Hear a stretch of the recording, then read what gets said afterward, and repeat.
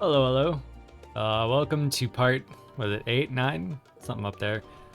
We are getting ready to transition from all of our moon side quests into returning to Charleon and moving from possibly level 84 to 85 content, I think. Yesterday we were getting a little bit of like weird green screen fuzzing coming in from, I think this side over here on my right. So I redid everything like lighting wise, but I don't know if it's going to be better or worse. So we'll keep an eye on it. And we'll try to find the sweet spot for it. But I don't think there's a whole lot that needs to be said or clarified today. I think we might be able to just get going.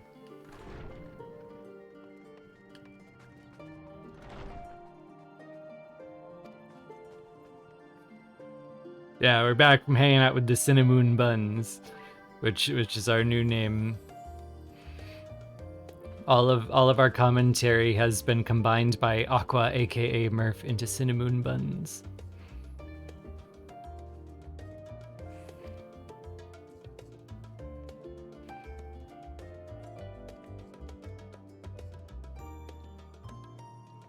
Oh, hello, Lemon. And Lenny.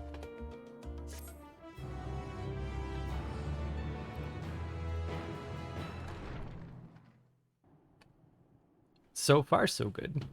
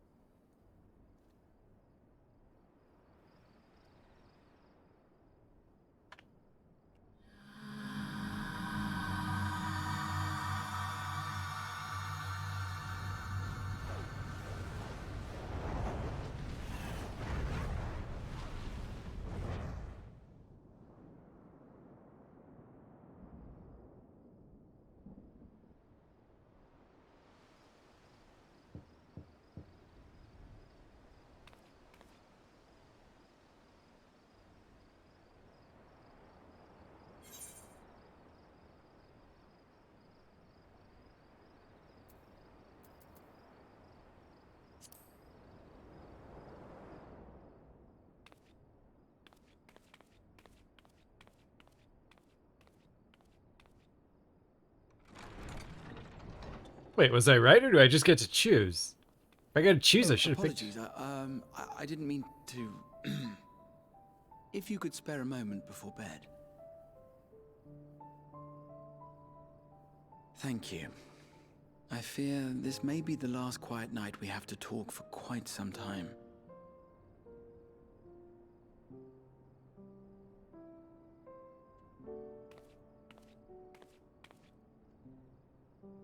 I am troubled of late.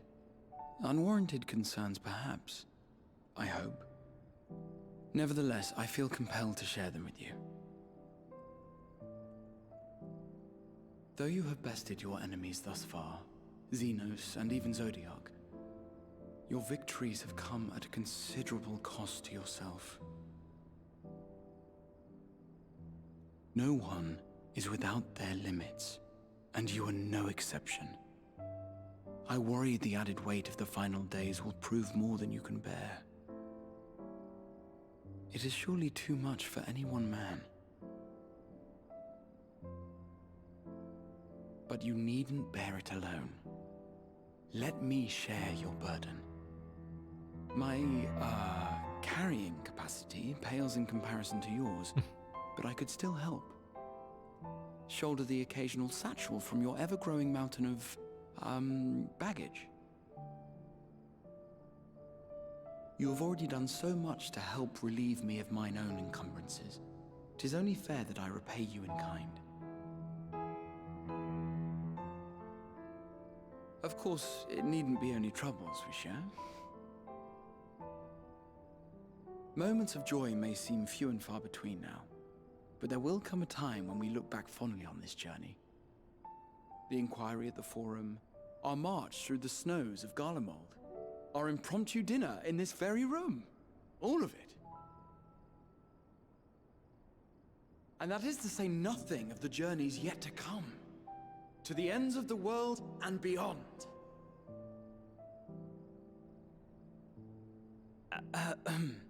But Tomorrow will be no less busy than today, and I've kept you from your rest long enough.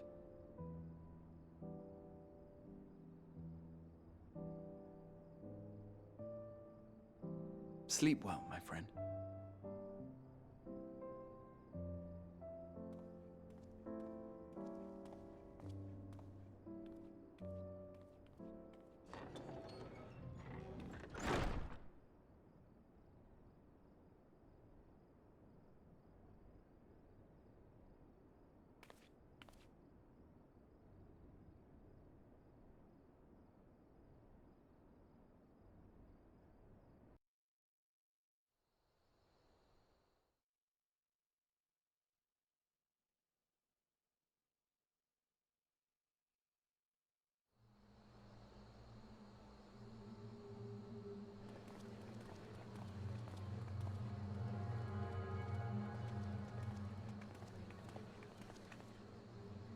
Thank the gods that tower is gone. The sight of it was enough to make me sick. Thank the Ilsabar contingent, more like. Word is, they fought their way into Garlemald and toppled the bloody thing themselves. Not just the one, neither. All the towers have up and vanished. Aye, I heard the same. Commander Aldin and his troops helped keep casualties to a minimum, too.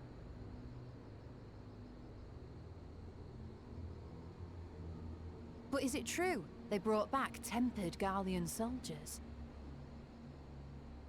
As Commander Aldin tells it, they've a treatment for that now.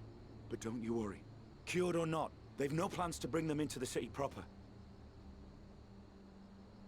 I see. Well, that's a relief then. I know we've brothers and sisters among the lot, but I can't say I'm eager to welcome them home.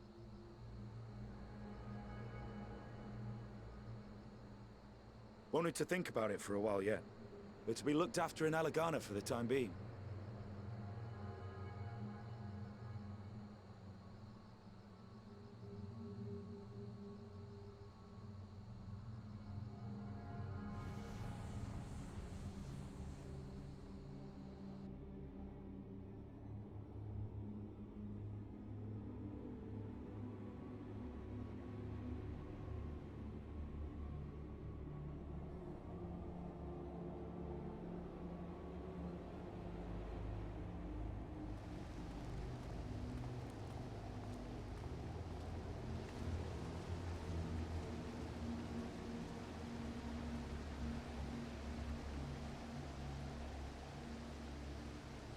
Hey, it's our friend. Another day, another commission of paramount importance.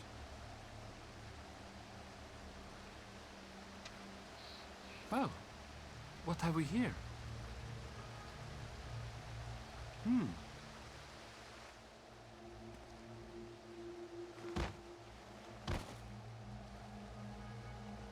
Hey, are you all right?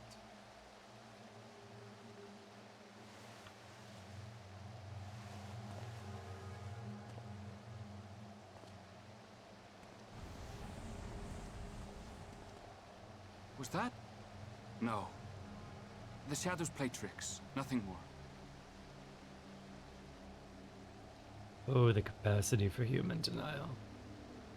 The towers are gone, and the Garlean threat is abated. And yet, why does it feel as though it's about to get much, much worse?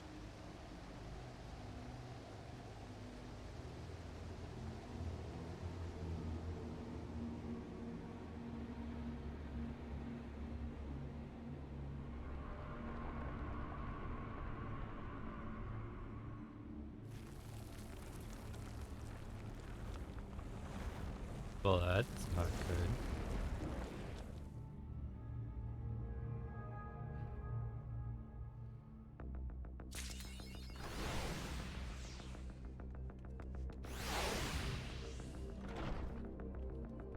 I like the change in music here. That's good.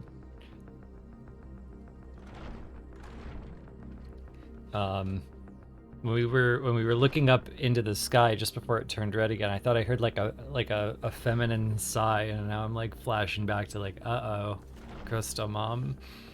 I like that it let you like choose who to talk to, but I anticipated that I was guessing who was there rather than choosing who was there. So I can't wait to go back and kind of go through all of them and see which one feels natural to me at my point in the story. But I thought it was most likely it'd be Graha, because it just seems like something he'd do. So for right now, I feel pretty comfortable with that decision. I think of everyone, he's the most likely one to just kind of show up at the door in the middle of the night like, hey, so I was thinking. Yes!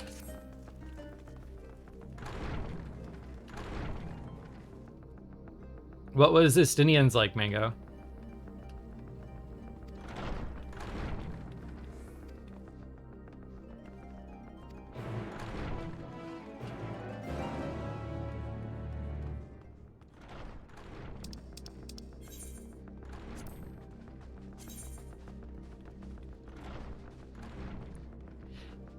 I chose Graha. I just, like, I didn't realize it was a choice. I thought it was just like a you guess who's there and it tells you whether you're right or wrong. And I don't like being wrong, so I was just like, wow, it seems most likely to be Graha. So I'm going to guess Graha.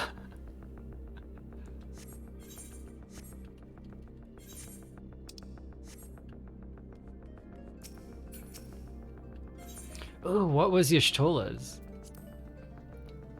Ruckle, I didn't pick the cat boy. I predicted it was the cat boy. I didn't realize it was a choice. Graha's still cool.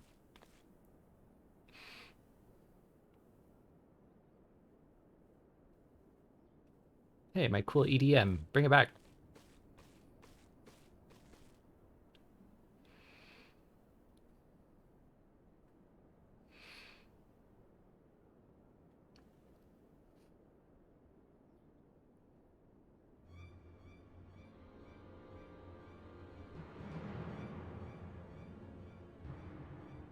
Cool, cool. Depressing, cool.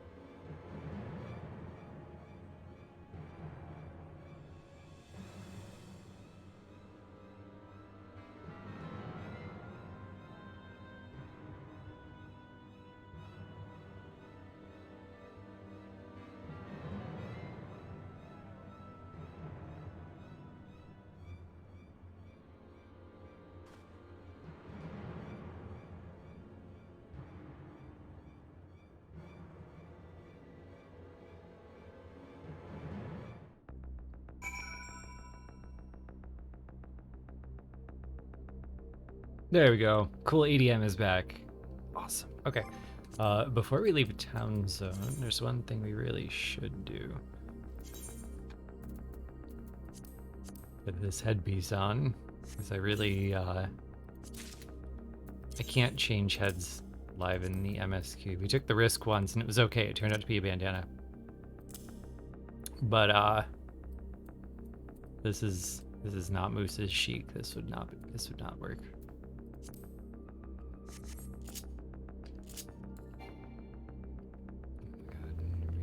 Hallway.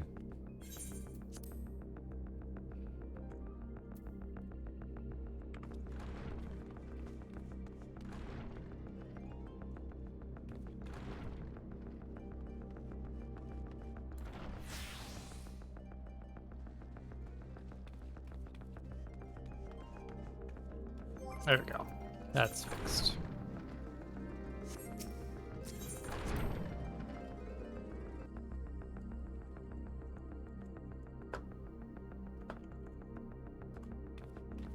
Ninzard and Nexus. You should be able to refresh the window in chat.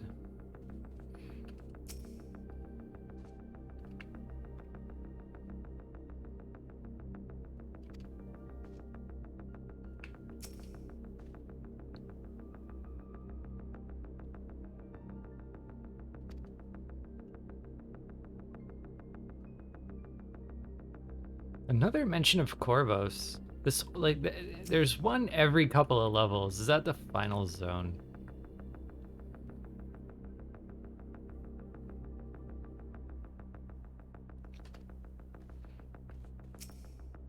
Hello, Ninzard. Basically, the rules are be nice to people, don't spoil me. That's it.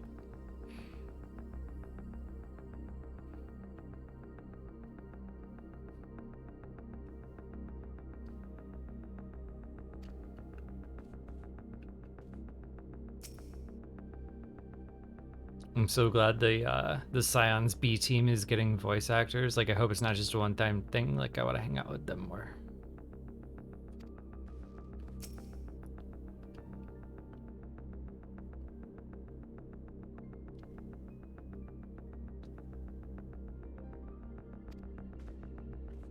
Yeah, they've added all sorts of interesting lore to Corvos.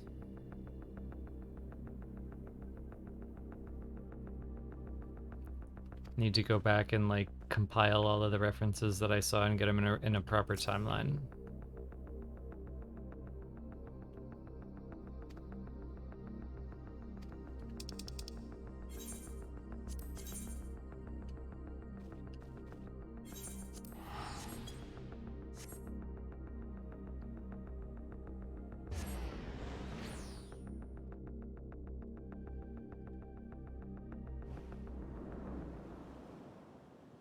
And lo, vile beasts did rise.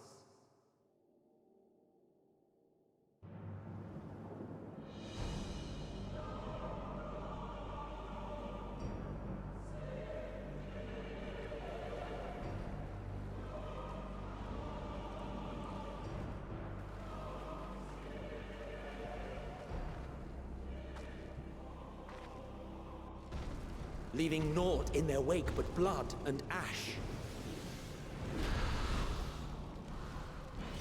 Sun scorches earth and boils seas. And our sins ascend unto the heavens. Three dooms to unmake all we were.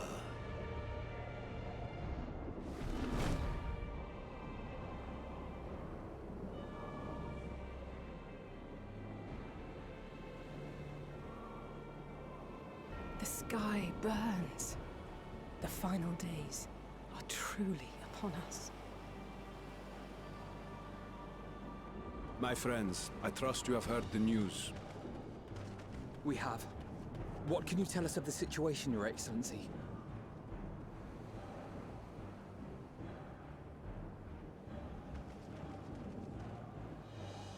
Last night, the Isle was rocked by tremors, and the earth itself cried out. Aloft, the heavens began to burn. From all about, unholy beasts, the likes of which we had never seen, came forth in fury and rage. No. To say they came forth would be inexact. The people of Radzat-Han themselves transformed into these baleful fiends.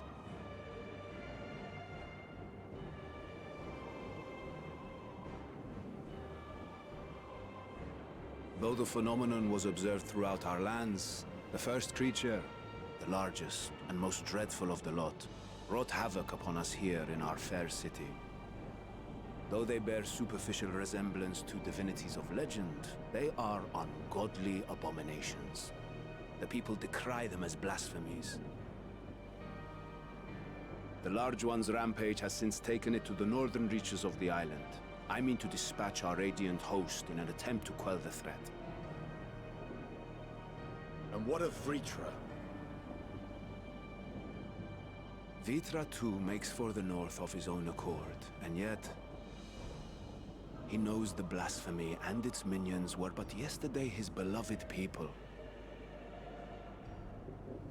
I pray his boundless compassion and mercy does not deter him from taking unenviable but necessary action.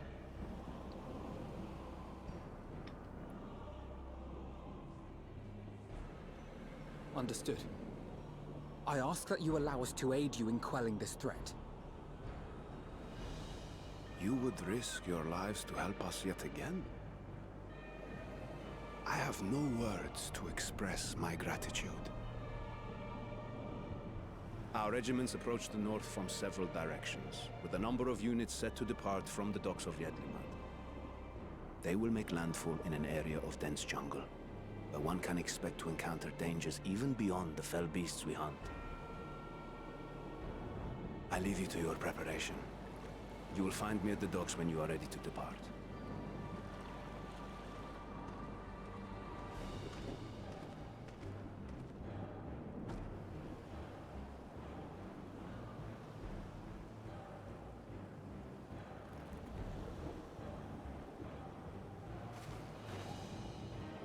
We're as prepared as we'll ever be.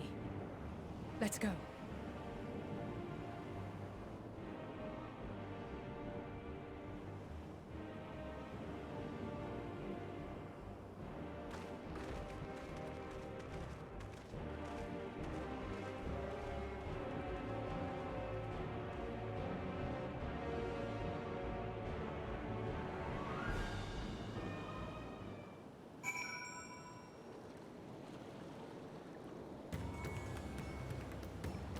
You know, shit's getting real when you get that like patented levy or fist clench with like the gripping leather sound.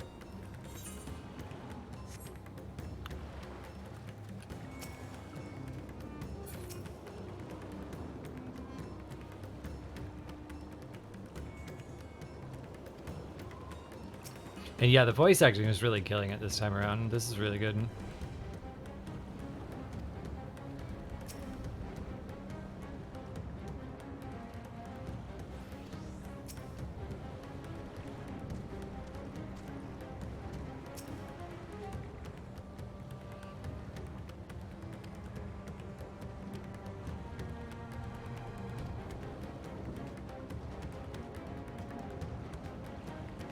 Thank you, Alphino, for taking a minute to confirm that we are dealing with a slightly different manifestation, and that they're not just going to be like, "Ah, the people of Amarat just thought it was the creation magics going sideways."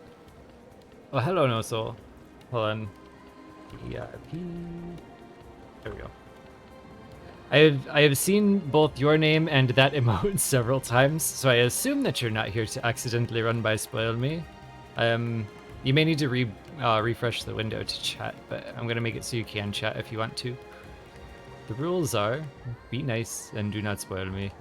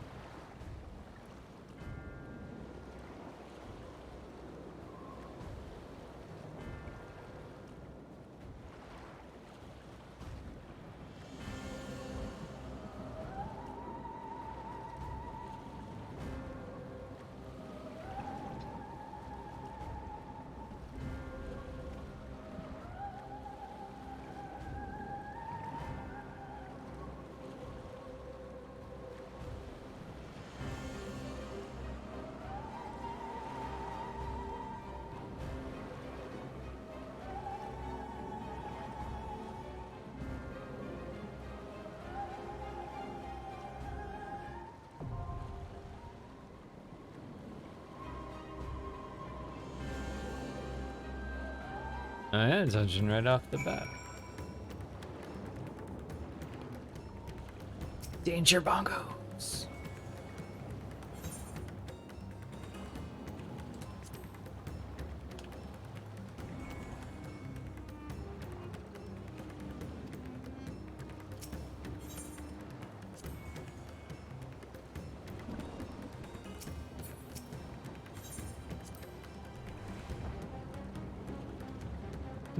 Same stuff.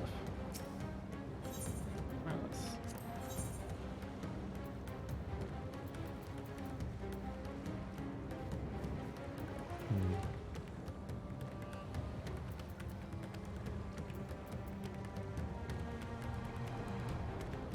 Do I dare swap Estinian in for Alize? Right then. Then who's going to use all my limit breaks?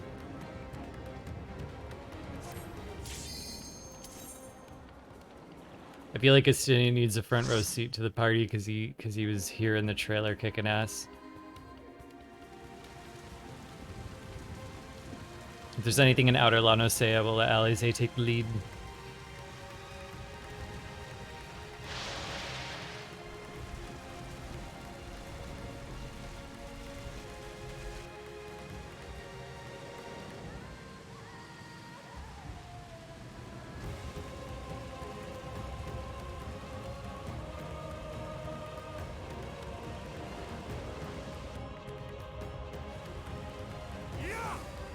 Now, are the others behind me? No, actually, not this time.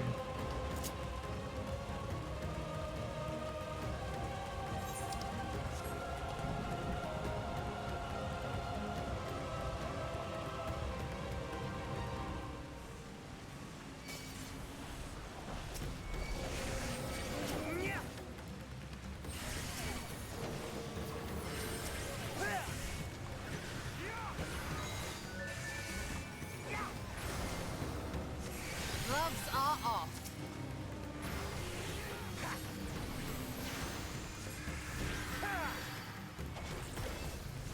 I will not hold back.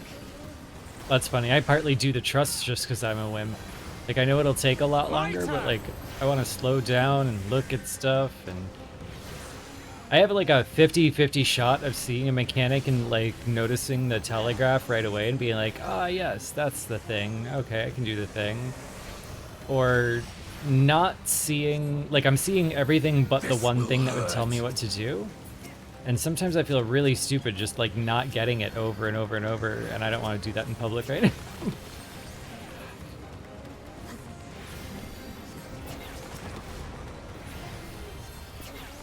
Like, I'm reflecting on the anxiety of it right now, and for some reason, I would rather look dumb failing it in front of like more people on Twitch than would be in my party. My friends, heed me. These are children of Stavner.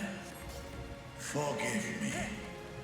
I could do them no harm. Oh, poor dragon.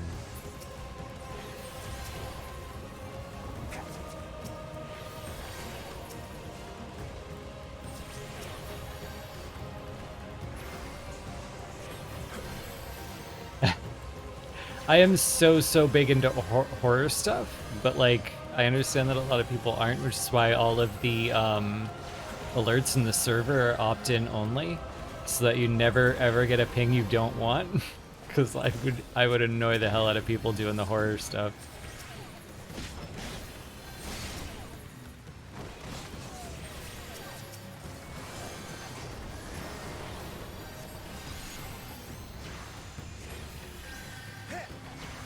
I will not hold back.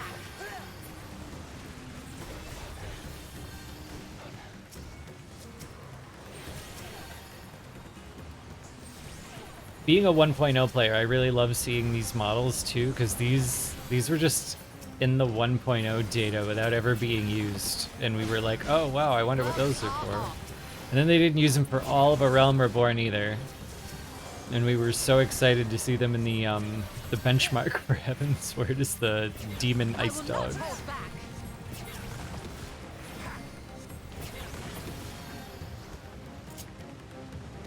If this is the only way. Yeah, planned all along. The beasts of the air. Pray continue onward.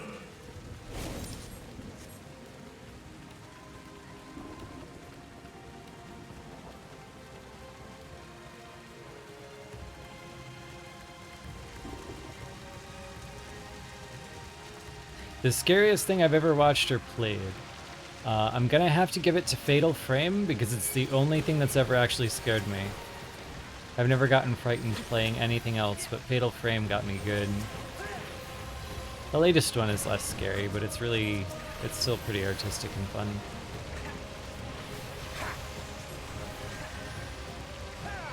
the first Fatal Frame, I played it the year it came out, and it literally scared me into turning it off. It's the only time that's ever happened to me. So it holds a special place in my heart for being the spookiest.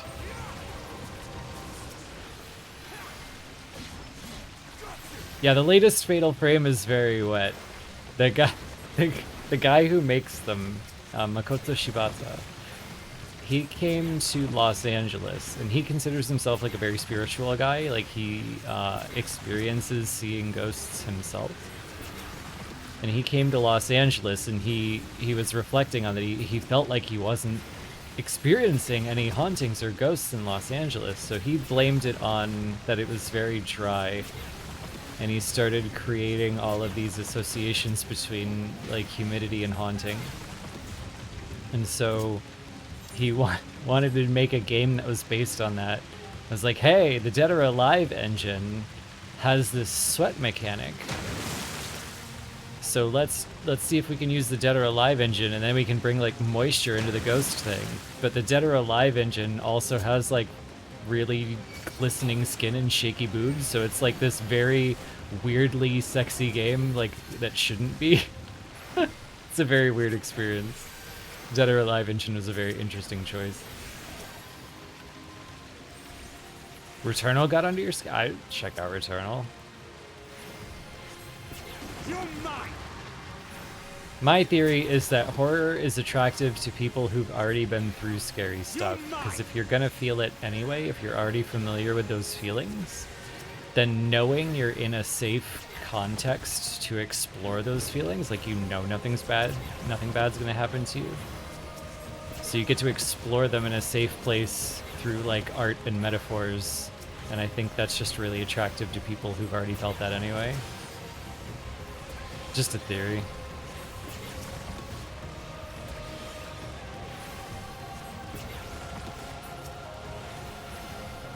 Amnesia oddly I didn't enjoy as much. Like I'm not a huge fan of horror where the goal is just fucking run. I didn't like Outlast either.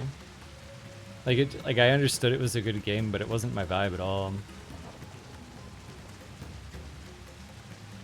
PT was nuts because Kojima was trying to experiment with horror mechanics. He'd never really been a spooky kind of guy, and he really went balls to the wall. Whoa! Prepare yourself.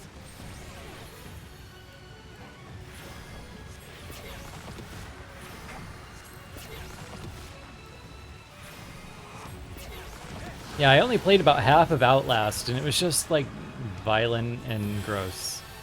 So just it wasn't my style. I like horror, but I like supernatural horror with a lot of good art and story. What? Such pain. Oh.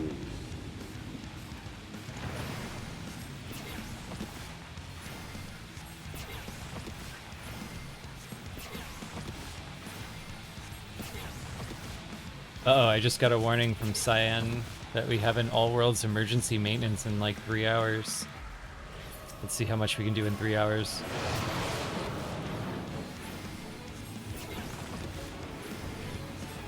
It's hard to say if you would still find Fatal Frame scary, because the mechanics required to play the game, like, the fear is baked into the mechanics, so it might still be pretty spooky, but the graphics are dated. And especially since Fatal Frame 1 leans very, very hard into the horror, and it doesn't get super artistic until Fatal Frame 2, which is probably one of the more beautiful games I've ever played. Horror is my favorite, but it's a mechanical mess.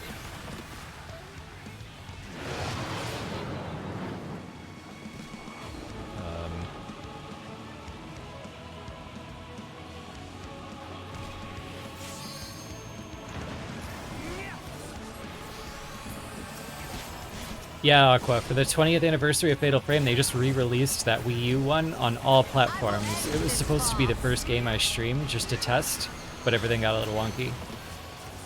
I'm gonna go back for it. Like, I'm gonna do a lore run of it someday, I think. I might do the whole series. I know Sarah was excited to do it.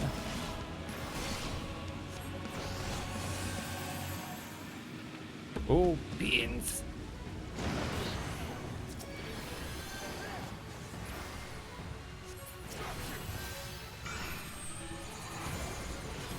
Lobby!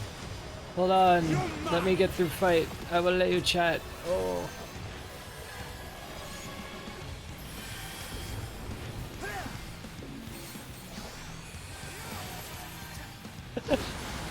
Roggle making fun of me because I have a shitpost theory that Thancred and Y'shtola dated when they were 17 for like one summer and it went horribly wrong and nobody's brave enough to talk about it. It explains everything. It explains everything they've ever said about each other.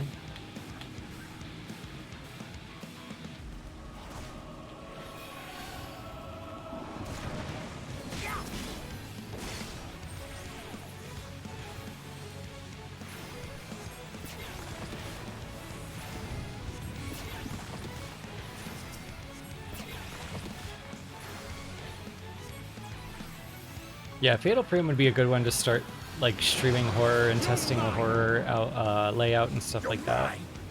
Especially because I've already designed a lore walkthrough for that series.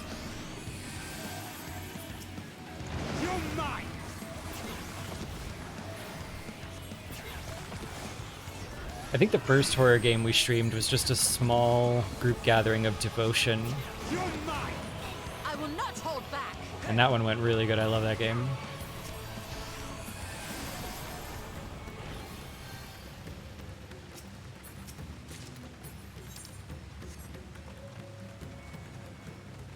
What is this vile presence I sense? Oh, tell me more. The horde draweth near. Be on your guard.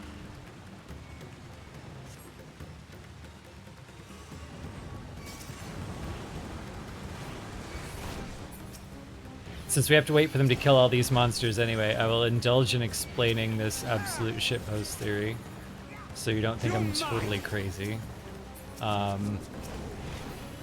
If you go back to when Thancred and Y'shtola were both about 16, 17, this is right before they came to Eorzea. Which means that she had just come out of like a very long sheltered education with Matoya. And he was a Leminson street rat that had just learned to be very like articulate and persuasive and charming and was considered a bard. And I feel like that mix would just be like, she's a little sheltered, a little naive, a little bad with people. He's like super outgoing now and trying to test out his like silver tongue and becoming the ladies' man we know today. And I feel like it explains all of the weird interactions where they pick on each other a lot. To assume that they dated for one summer and it ended horribly bad and that they refused to talk about it. Like they're both over it, but not really. And this all started because like this weird vibe I got during the 2.5 where they were like stuck in the underground thing.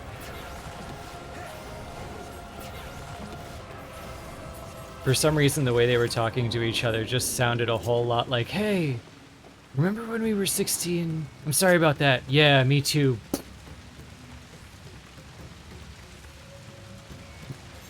But yeah, I'm not like pushing it as an actual theory, but in my head as a shitpost, it makes everything they say and like they say about or to each other way funnier. Like it makes sense of everything.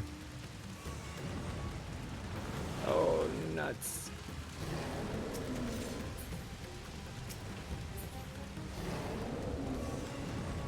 Yeah, that's my theory. Thancred cheated on her, and she was like young and sheltered and not great with people, and it like super upset her at the time. And he feels worse about it than she does. She's over it, and he's like, "Wow, I can't believe I did that. What a dick move." This theory is getting more articulate by the moment. It was not quite this articulate 10 minutes ago. I will not hold back. My turn!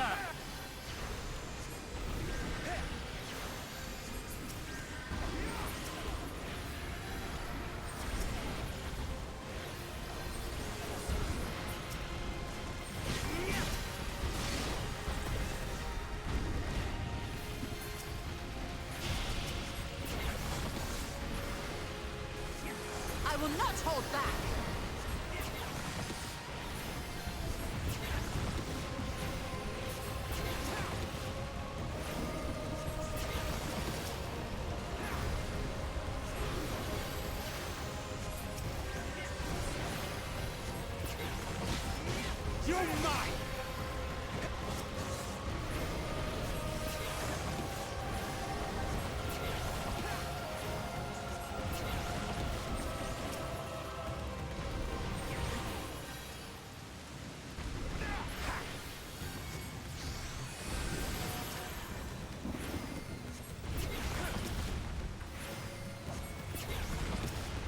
With Kryla and Tataru running the Scion back end a lot of the time, it does feel great being a Lala. Like it does feel like a trio. Though with you as a female Lala, I bet it feels a little different, like a little girls club.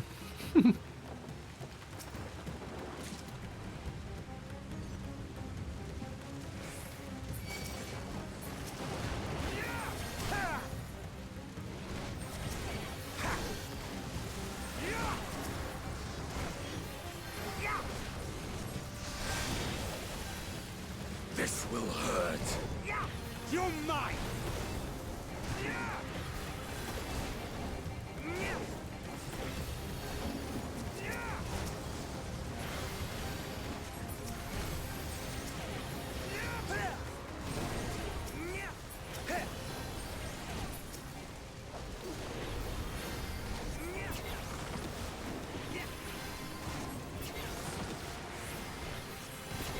Estinian and the 3 scariest women in Eorzea.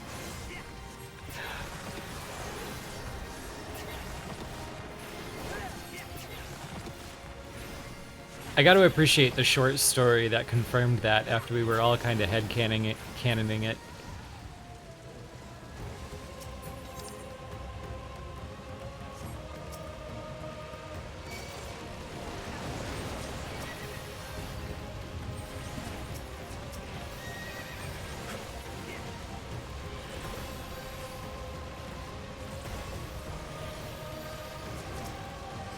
This will hurt. Shitpost headcanons that accidentally become true are the best.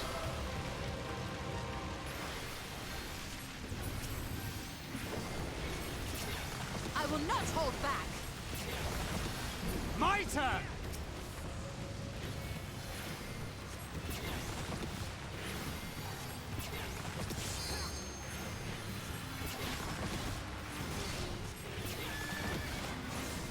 Well, at least if there's emergency maintenance, we don't have to stress about where to cut the video today. We'll just stop where it stops and come back where we can.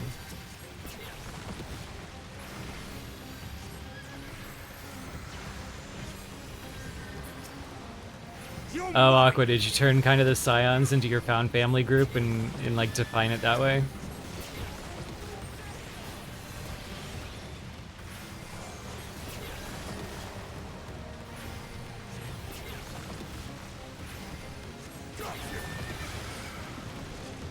It's weird, like I've never roleplayed, and I don't know if I would ever feel comfortable, like, full-on role-playing, but Moose definitely does have a pretty fleshed-out history.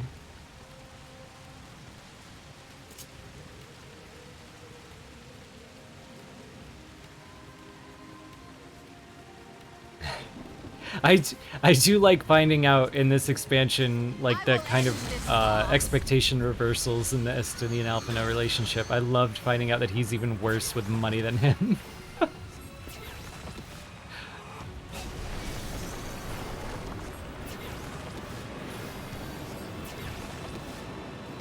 Ishtola, the new agey aunt.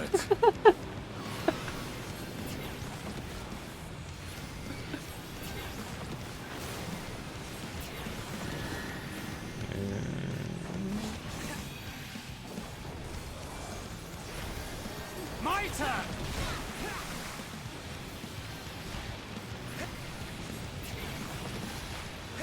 They did a good job on these monster designs. These look more like Silent Hill creatures than some Silent Hill creatures. You're mine.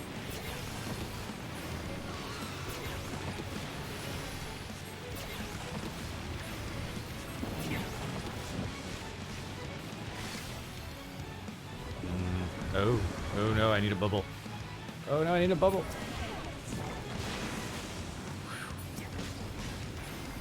I will not hold back. My turn.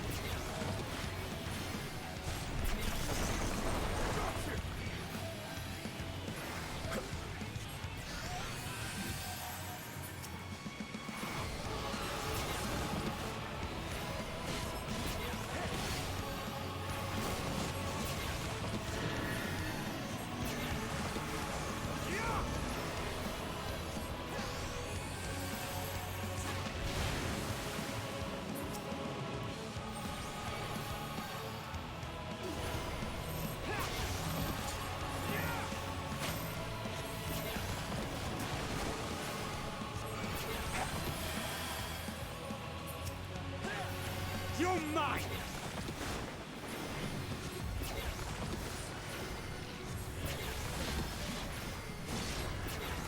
You're mine!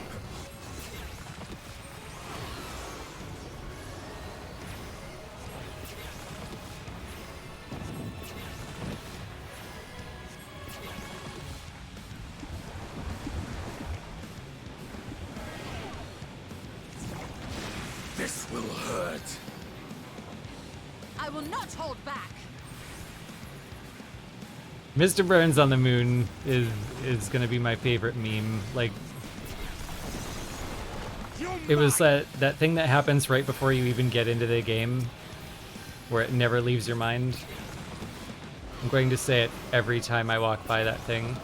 I bring you love.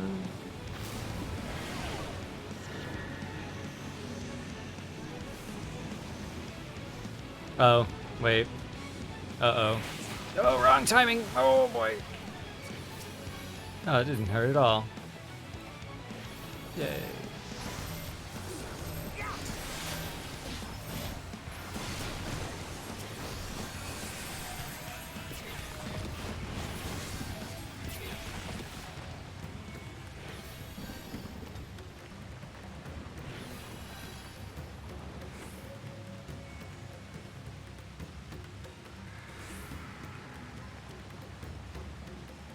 I think I have succeeded in adding you as someone who can chat, Lubby.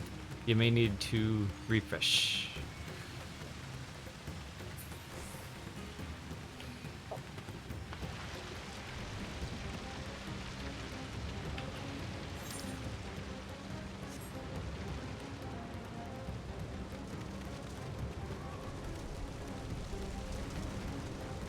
Can't see a lot in the distance. They spent a lot of that on the fire. Ooh, like in the trailer. The movement to that is creepy. Like a school of evil guppies.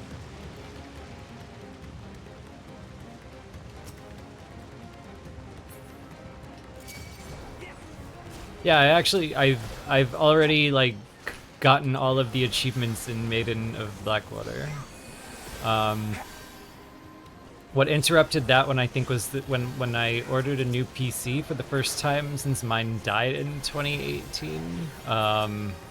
It first shipped with a broken graphics card, and it was really demoralizing and set me back about a week and a half. But Tag actually bought me Maiden of Blackwater to celebrate being able to stream things, so we're absolutely going to go back for it at some point. I did the whole lore walkthrough and everything.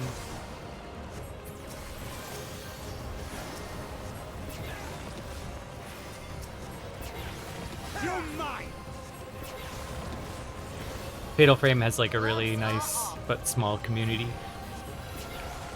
I don't think a lot of people remember Japanese horror games from the early 2000s.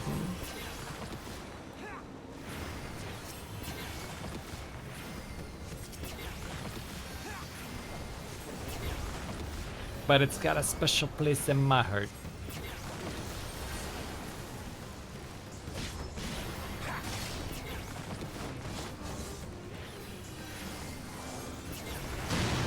Hollow Knight? No, I haven't played Hollow Knight yet. That's the lore thick game.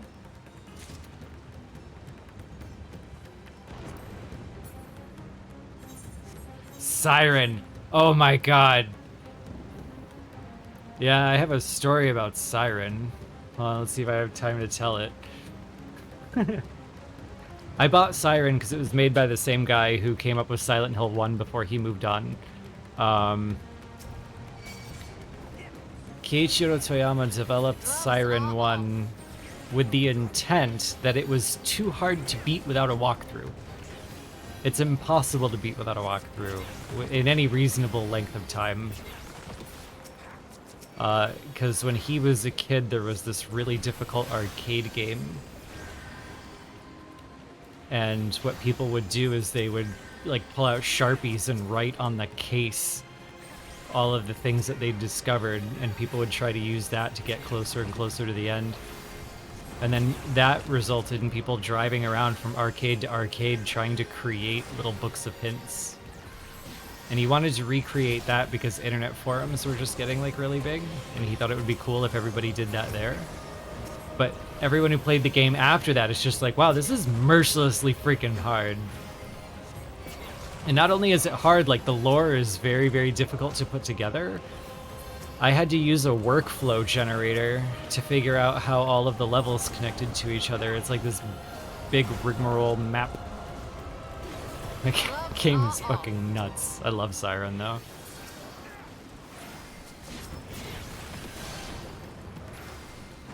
What I need to do is play Siren 2. Because that didn't get released in the US. And I was really pissed off about it. Siren 2 and Fatal Frame 4 in the same span of time didn't come to the US, and it really broke my heart. Is Siren 2 good? I was a little worried it might be like, because Siren 1 felt so insular. It felt so complete, and it felt so like it could only happen once that I was a little afraid Siren 2 wouldn't be great. If you're vouching for it, I'll move it up on the priority list. Horror is my true love, if anybody hasn't noticed yet, but so much of it is so bad that I hang out in fantasy a lot. This will hurt.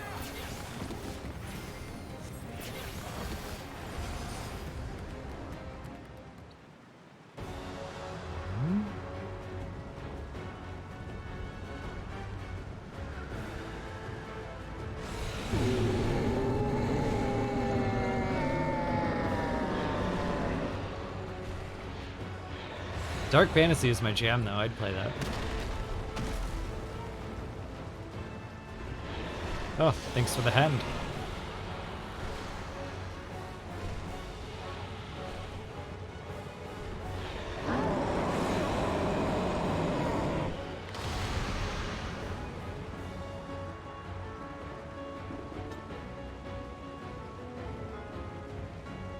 Man, that must have set him back a couple $100.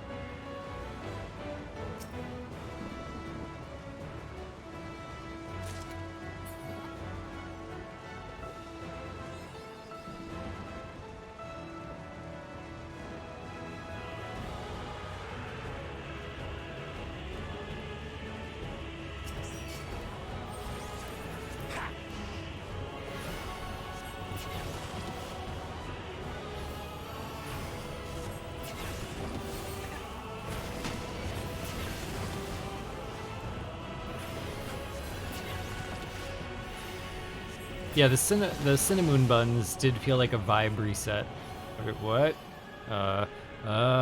Do I yellow to blue or yellow to or?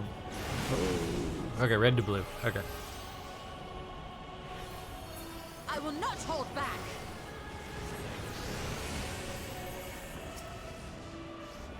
Am I still colored? You're mine. Blue to red.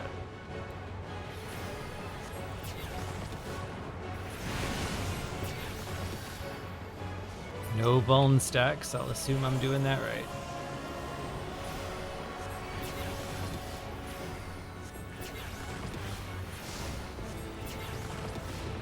Oh, hello, Chono.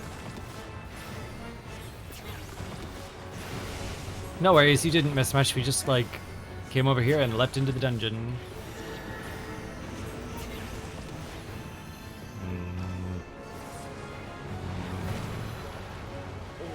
Ow.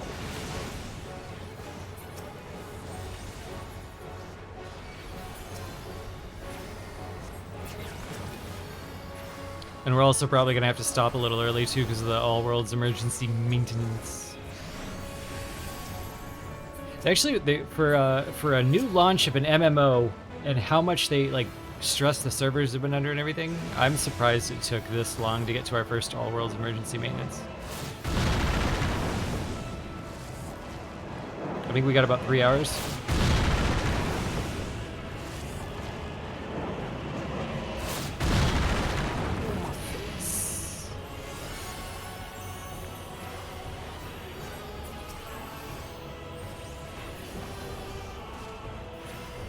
Yeah, that's the joke I've been making. If you can get into the game, everything's great. If you can get into the game. Oh, is that what's going on? It's needed. Gloves are off.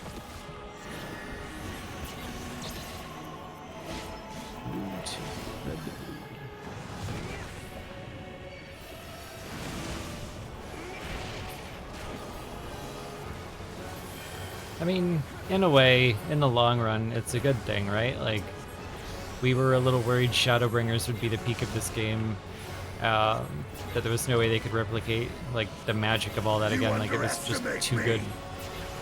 And instead they've got, like, the most demand they've ever had, the most stress on the servers they've ever had.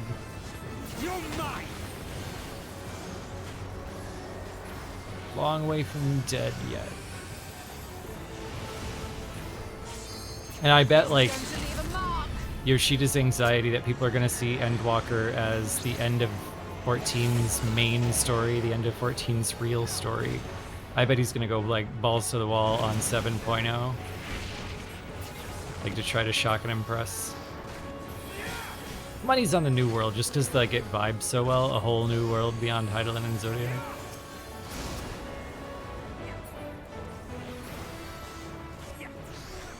This will hurt.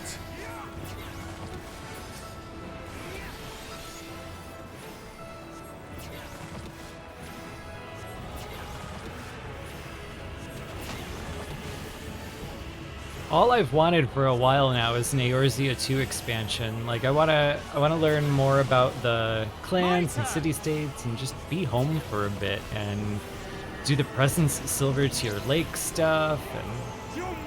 But I would settle for. Ooh, wrong way. I would. Oh, whoops. I would settle for 6.1 to 6.5 being Eorzea 2, and then we'll do something big and bad. I don't think an entire base expansion based on Eorzea would make too many people happy. Not enough rule of cool in there.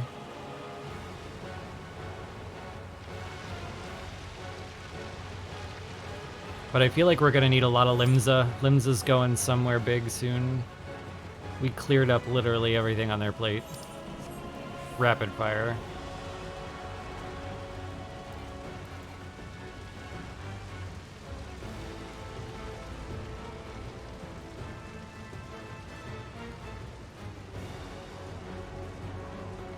I feel so bad for the elementals. We never went back for that lore at all.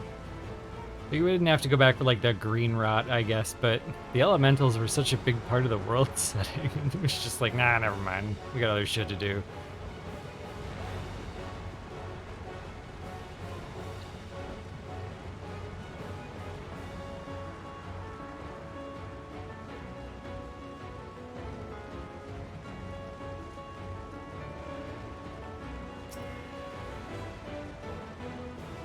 And I guess it feels a little late for Beast Tribe homelands now that we have a cure for tempering.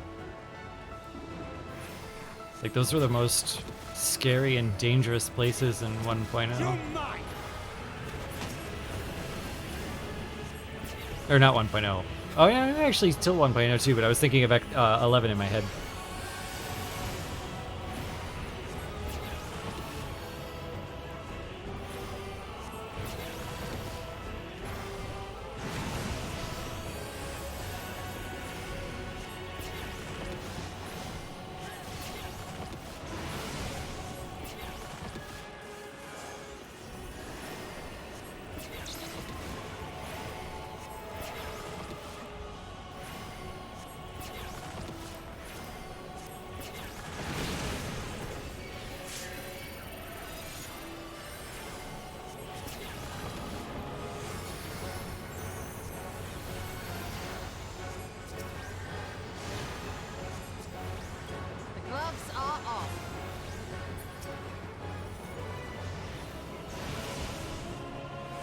But now, of course, we have the possibility of just going anywhere we want in space. We could go to Omega's homeworld.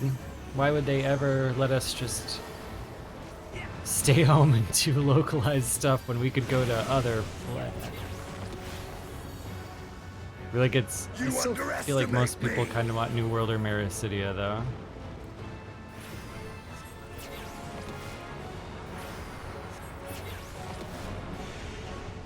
I want New World with Pirates of the Caribbean. Like, get Roswin in there.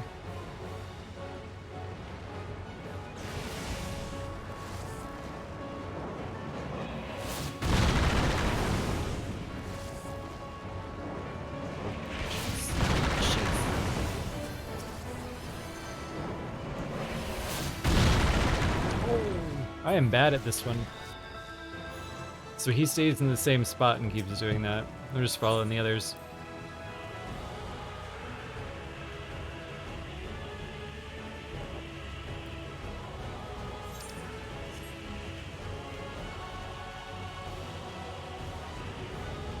Same. After all the time, like, even one expansion on another world, it felt like we were away for a really long time. I don't know if I ever want to be away from the source that long again. I like our world.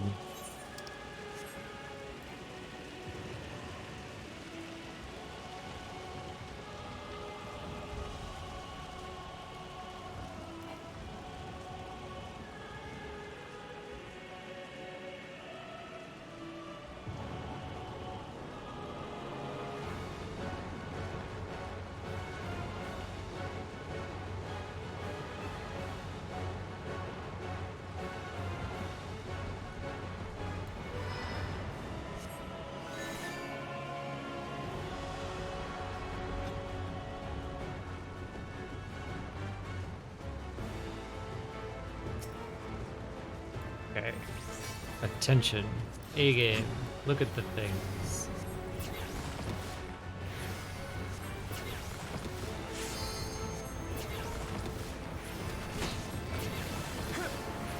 Yeah, my opinions may very well change before the end of this story. Because all of my theories are in the trash. All of them. With what few predictions I was willing to make, I actually, like, looking back, I went back and looked at them. With what few predictions I was willing to make, I did not do too bad on the ones I was willing to say, like, I think this is safe to put on paper. But they were all out of the way by level 83. I'm not gonna pat myself on the back for that.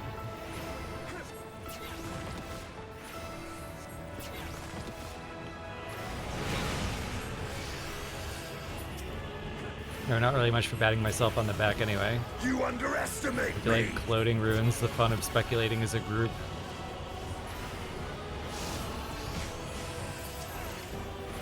There's 4 exceptions.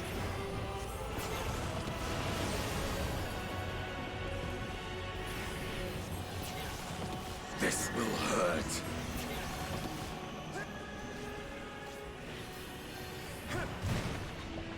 I keep trying to remember what the 4th is. What were my 4 predictions again? Elidibus is a snake. Crystal Mom loves you. Gaius lives. Oh, and the 12 are more than misremembered like Warriors of Light. The 12 are real somehow. Those are the 4 things I was willing to put down on paper.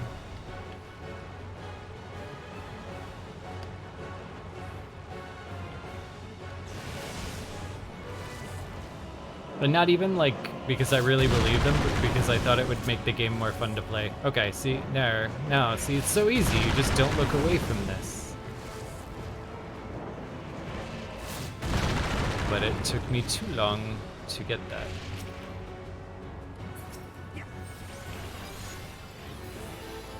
You're mine.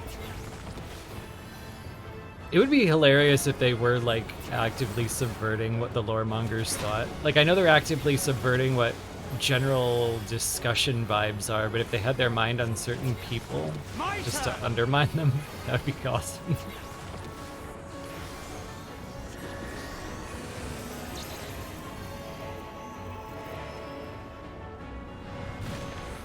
No, why did I go to the side? I don't want to go to the side. No. Oh. I need to let it just knock me into the unsafe zone instead of the wrong color zone, because that seems like so much less damage.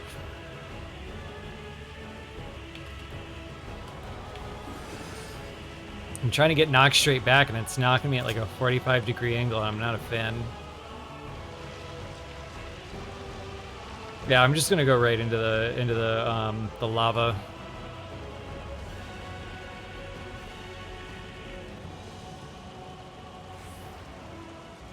Oh, yeah. Surecast would probably help, wouldn't it?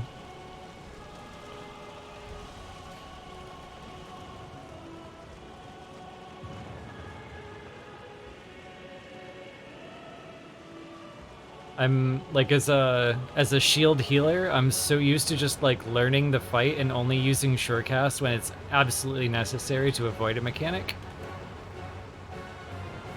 Cause that's time I could be using on pre-shields.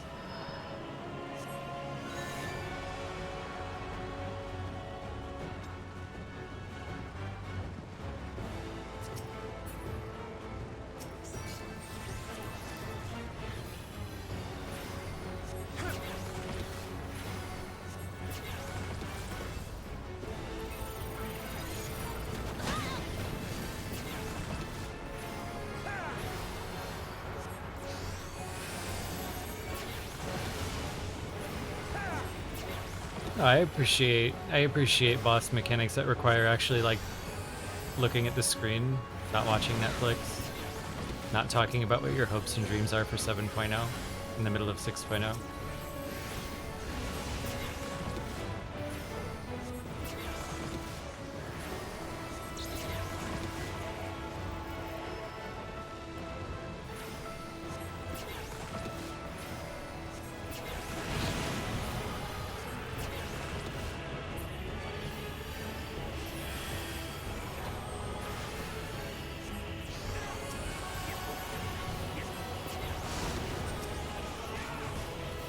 My turn!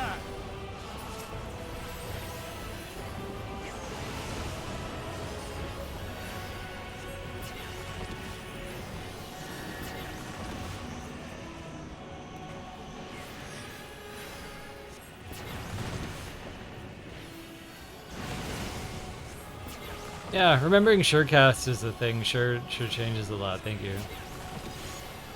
I literally only use that instead of shields when it's required to not die. Like, press X to not die. Terrible habit of being a scholar.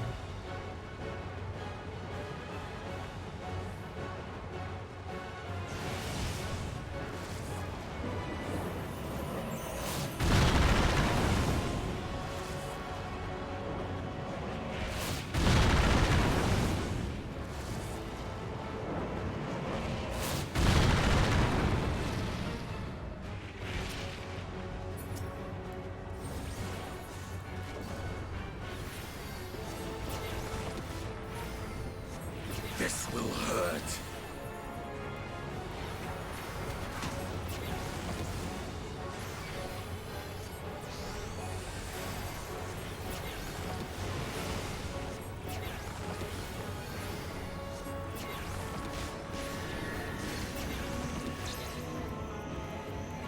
Oh, it's not up.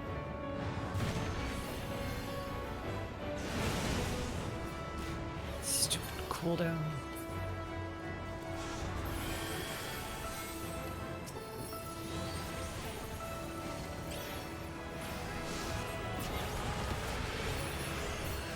Okay, so use cooldown when I want to stay on the inner one.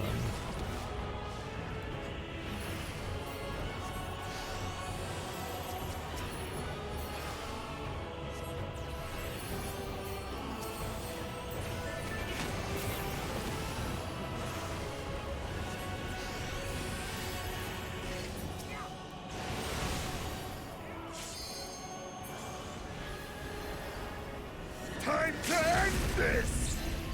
My turn! Time to end this!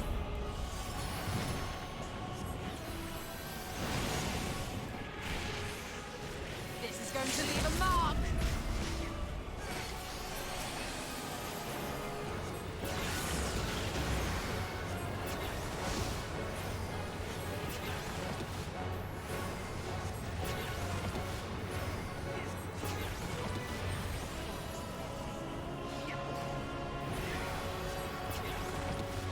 This will hurt.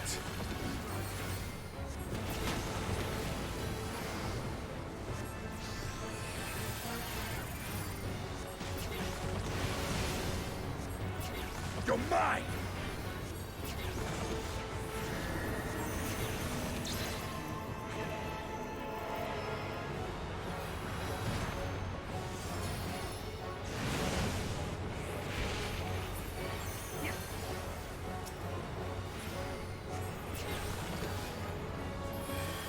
I will not hold back.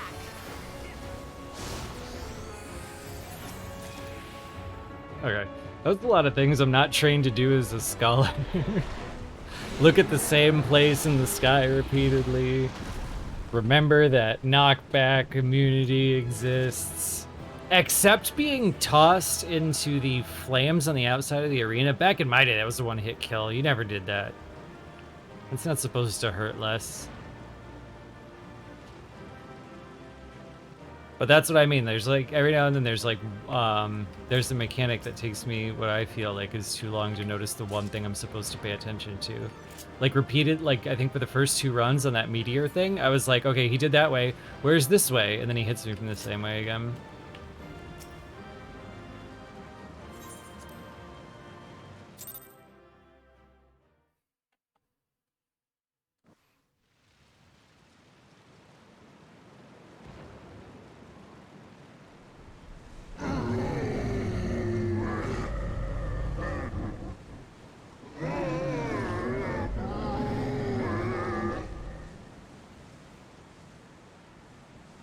Interesting choice of words. As I feared. What is it? The beast was there, and now it is no more. Yes? Indeed. We saw it plain. But you didn't, did you? I saw nothing. Not the blasphemy that perished here, nor the other men turned beasts. And because of this, I now see all too well. There is no ether. Where the creatures should be, I saw naught but emptiness. Emptiness? But that would mean... Recall the words of the Watcher. 'Twas a stagnancy of ether, a cessation of flow, leading to decay and absence, that led the ancients to conclude their star was dying. This is the same phenomenon. The instant these people are seized by the transformation, their ether begins to rot and crumble away like dried mud. Until, from their corporeal forms to their very souls, naught remains.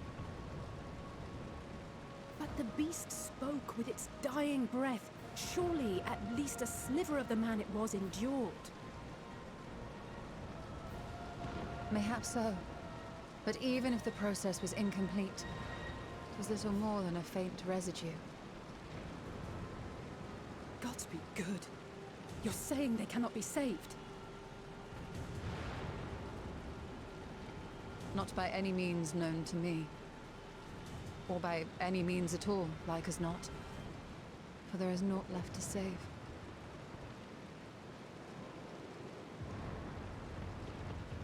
They return not even to the ethereal sea. Yeah, that's what I was worried about.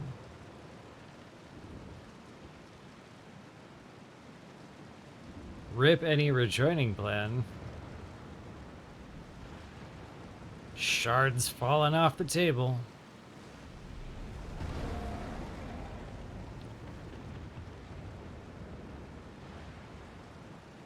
The beasts rage on, their hunger insatiable. Even deprived of their master, they perpetuate his legacy of hate.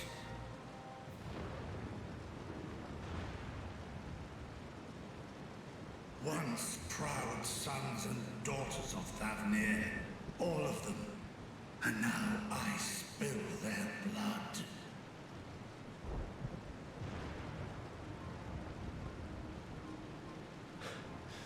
Vitra, my friends, I am heartened to see you safe.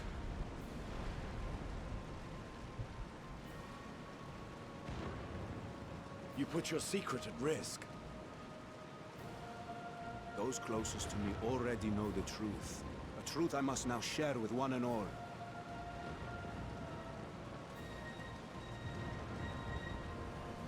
Vitra, calamity has come to Radzatan. Our fair nation is rent by screams of pain and despair.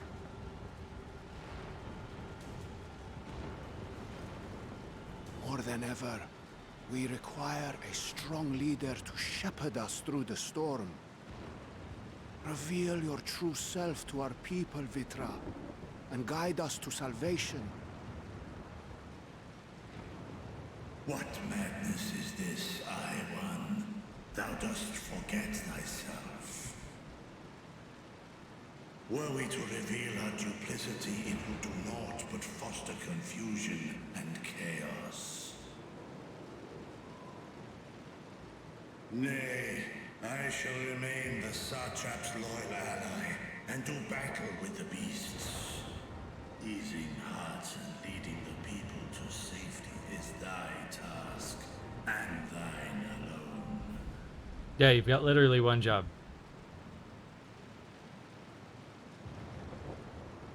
I ask that you remain at Ahewan's side, and render unto him what aid you may.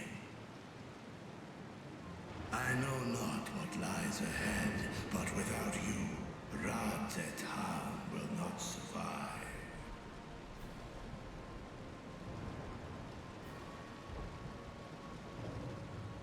Take me with you. I am as at home fighting in the air as I am on land. Take me with you. Were my words unclear? I require no assistance.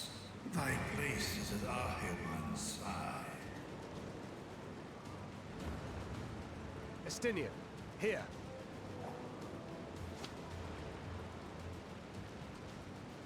The last thing you ever wanted, a link pearl. We'd gain much from knowing your elevated perspective. And it'll keep you from getting lonely, which I know you loathe.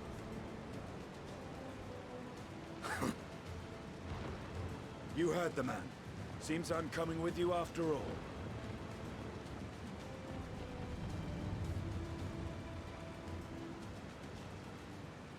Then I pray thy grip is iron.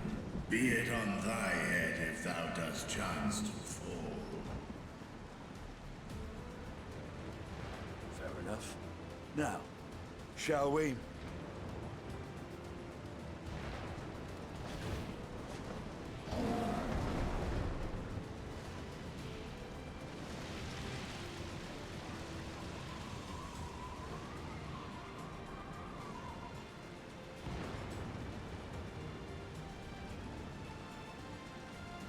I fear it is as Vitra says. We will not survive this on our own, while I am loath to impose upon you again. I would insist if you did not. 'Tis the very reason we have come. Then once more I find myself without words to thank you properly. Let us return to the capital and plan our next course of action.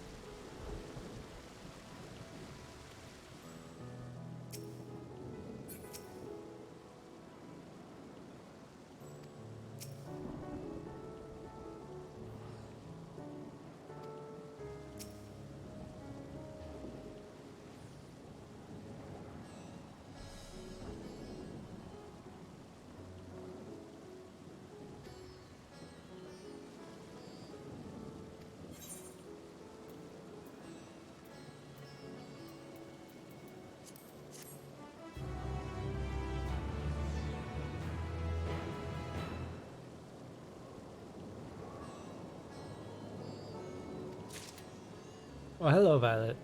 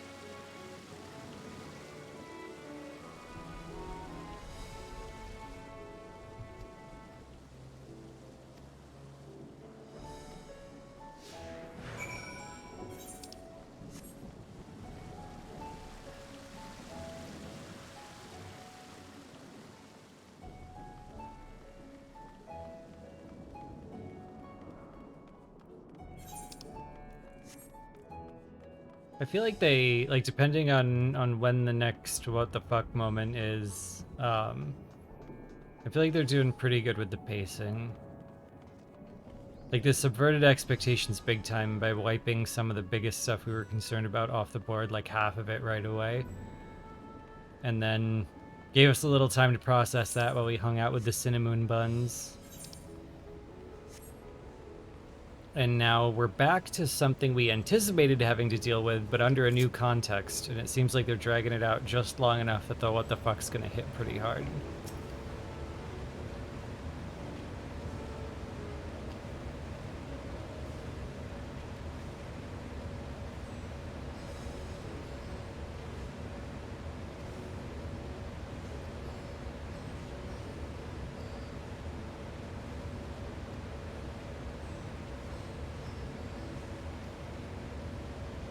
But first, the other half of the Thavnir zone, which means side quests, side quests, side quests.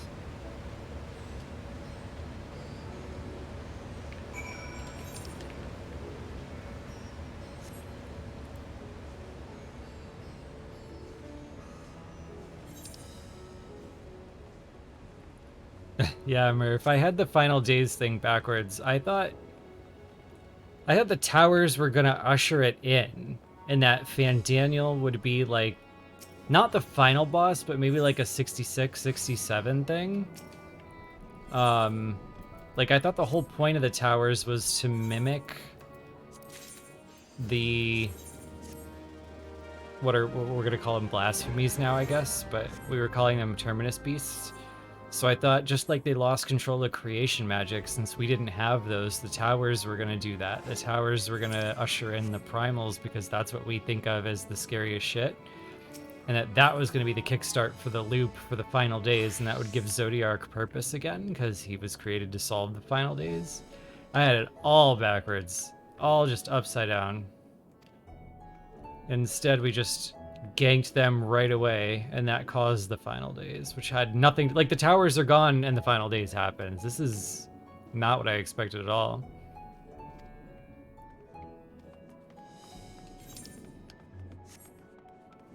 But if there's one thing I love, it's when Square Enix subverts my expectations without violating, like, the concerns that I have about, like, well, if we did this, what about this other thing in the lore? Like, they seem to have their fingers on the pulse of the stuff that would be lore crunchy.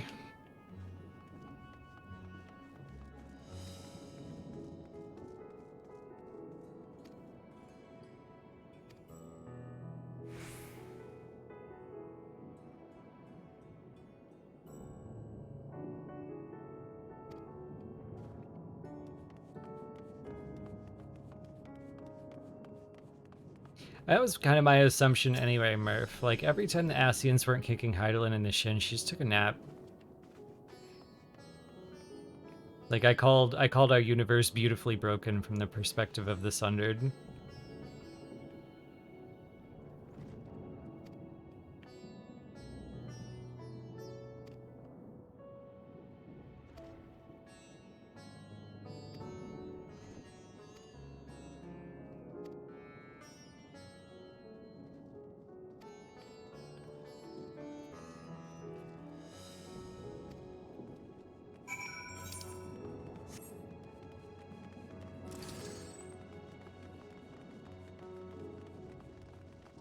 Like, so far, Yoshida seems like he deliberately sat down and was like, okay, here's everything everybody wants or thinks they want, and here's what everybody thinks is going to happen. And what we need to do is we need to find a way to get to a place that rhymes with this, that nobody sees coming. Which is, like, it's bold. It's bold to add this stuff at the last second, but, like, again, that's Final Fantasy history. Like, Final Fantasy always adds shit in the 11th hour, and I'd be lying if I said this would, like, this is not the first game where I'm sitting in the last chapter like, what about all this stuff from the other chapters? And they're just like, what about it? Like, so I'm open to 11th hour additions, as long as the conclusion is satisfying. I know they read it all, but I don't know how much they change course compare, like, based on it. Like, I always thought if we guessed it, we guessed it. I didn't think that they'd be like, oh, they guessed it. Let's screw around and see what happens. Or at least find a cool way to do it. What I think is bravest about it is that a lot of the stuff that I've seen isn't stuff, like, they weren't possibilities that came up.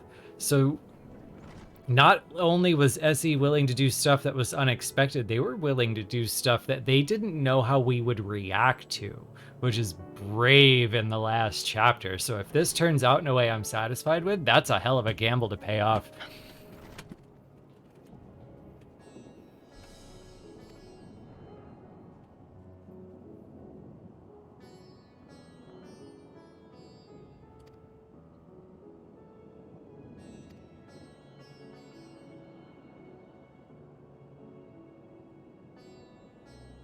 A pained, angry groan. Is that the thing I heard? That, like, sigh? Well, it's kind of feminine. Wait, does that mean at last was also that thing? Okay, so if both of those are the sound, and the sound is feminine,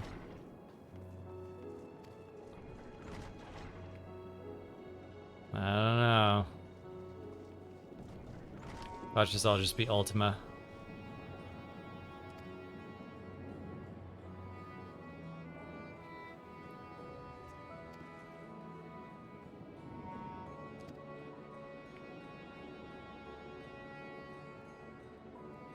Yeah, building my bingo card. Against my own rules. I'm the one who said I wasn't going to be speculating anymore. My notebook's not even here. I threw it over there. I haven't even picked it up yet.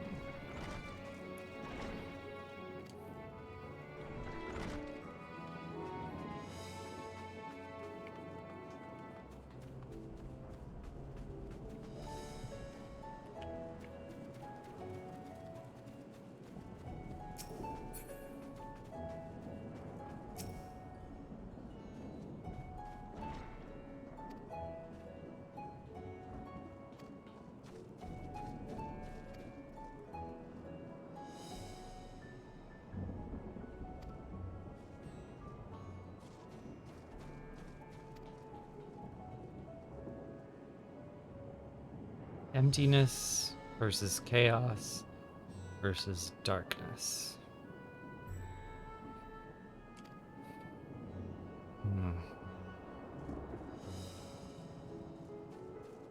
Which one is the rift? And then which one is most powerful?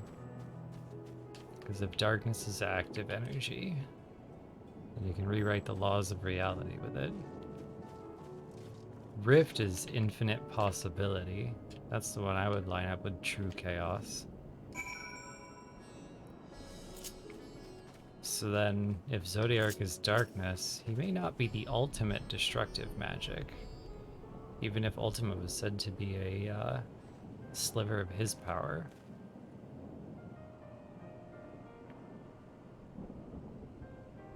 Just bring me back to Silverchair Lake, bro.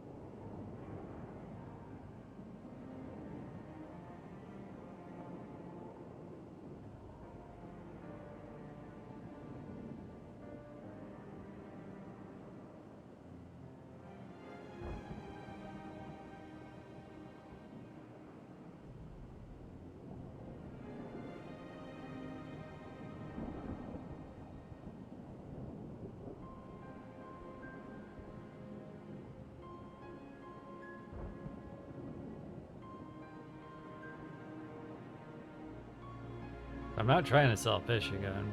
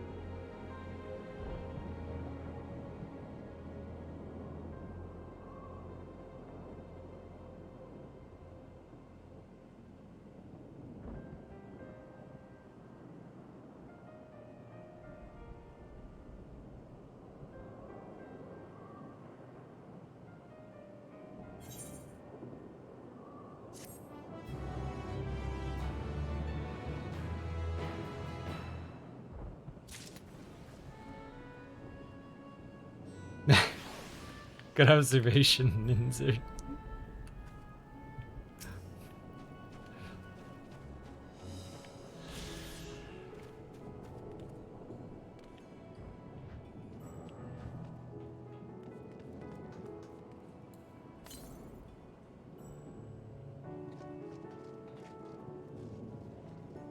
Oh, now is a terrible time to be in a lobby queue.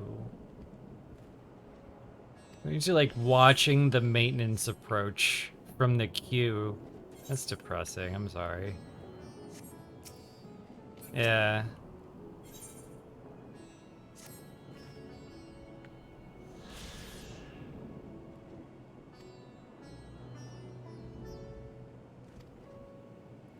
I also find it interesting that we didn't do the other half of Labyrinthos yet. I thought we were gonna do that like I thought shit was gonna go down here, but I thought we were gonna like hang out in Labyrinthos and talk to Fortuno for like to kill some time.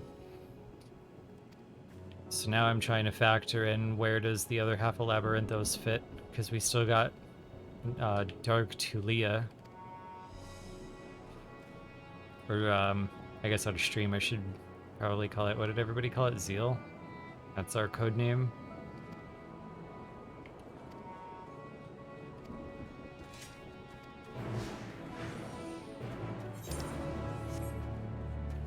Stop trying to figure stuff out, Moose. Just go for the red. Yeah, Rockland and I call it Dark Tulia.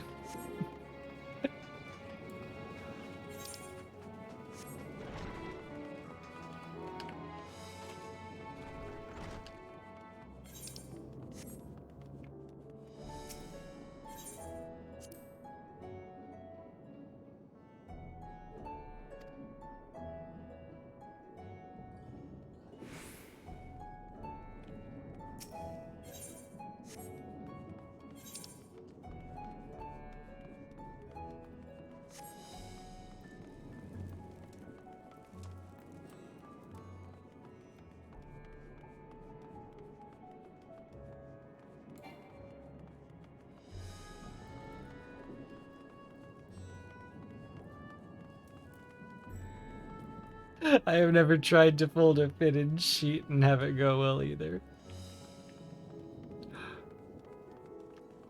I don't even try. I gave up and I started wrapping it around the other sheets. Like I use it like halfway as a bag for the other sheets.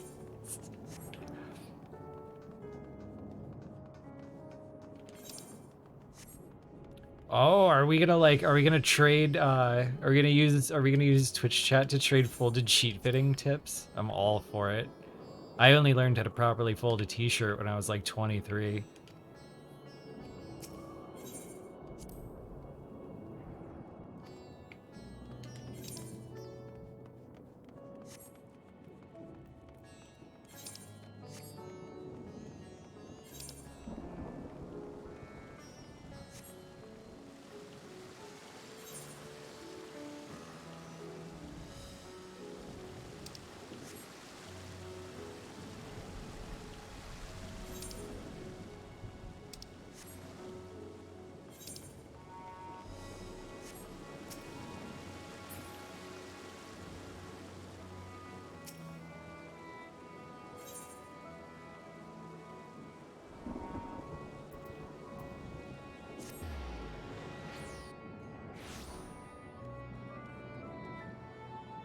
I have no idea, Lenny. You can try.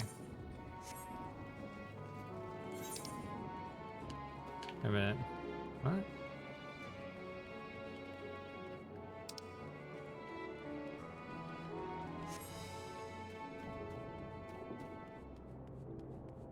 Oh, right. Don't use the Ethernet. Ugh.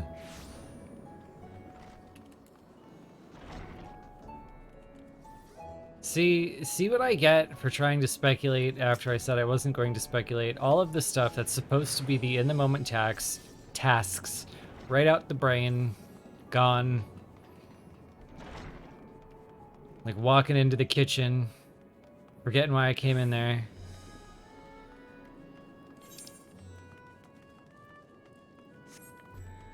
Just walk through one doorway and the brain purges everything from the last room.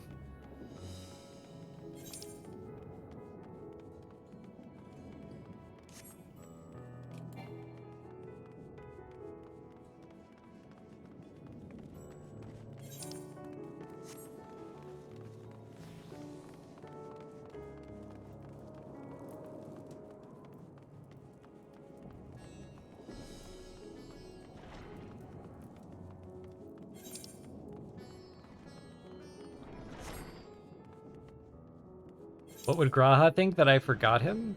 I mean, knowing him, he would apologize to me for some imagined thing.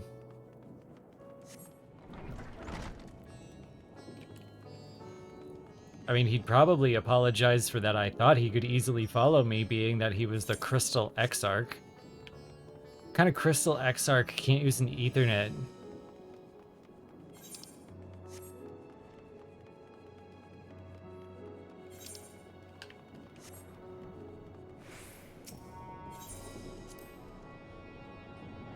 He even knows where we're going, because I'm the one asking him for directions.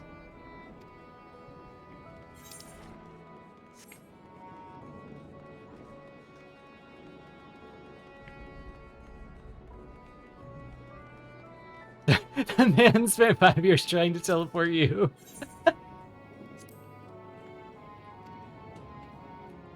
I love shitpost excuses that make sense. Good job.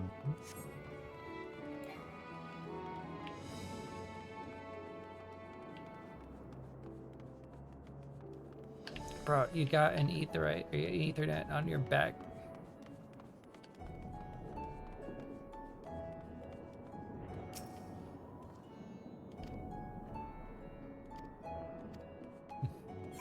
Forget it. I will run here myself. Go make a sandwich basket.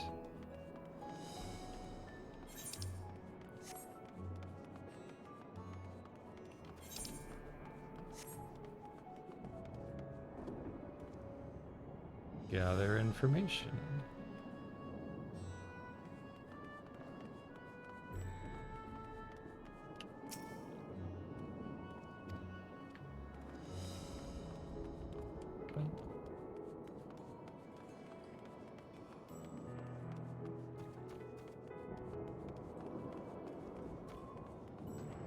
Did the recipe for the sandwich basket include some ingredients you were not fond of? Is that what happened?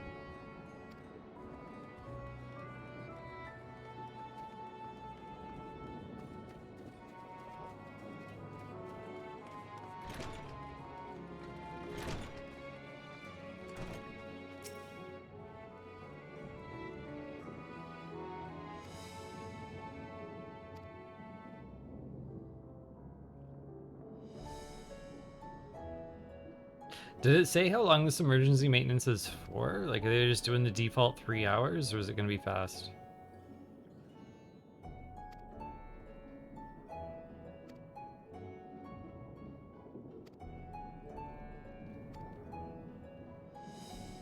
Hours? Thanks, Evil. Oh, through 4 or 5 hours? Thanks.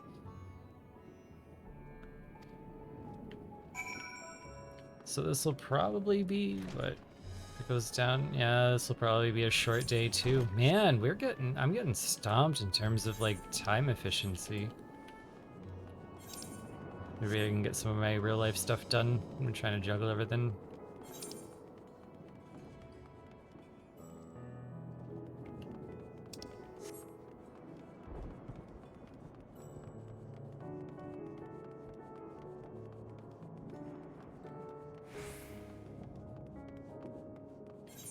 Oh yeah, I'm sure whatever they're doing is gonna help. I mean, especially if it helps the lobby queue. Like, if it's lose 5 hours, like 5 hours is shorter than the time I spent in the queue. So that's one thing. But I mean, like, I'm without that might have had kind of a little bitterness, like the oh, just wait till it's not a problem anymore approach. So the fact that they're actually like learning and adjusting from it and figuring out what their real limitations are and acting on them, that's awesome. Again, especially since 5 hours is the amount of time I usually spend in the queue. Assuming it doesn't reset.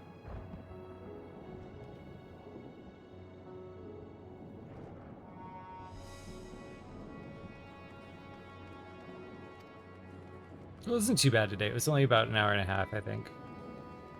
I think I got in when it was like just under 3K.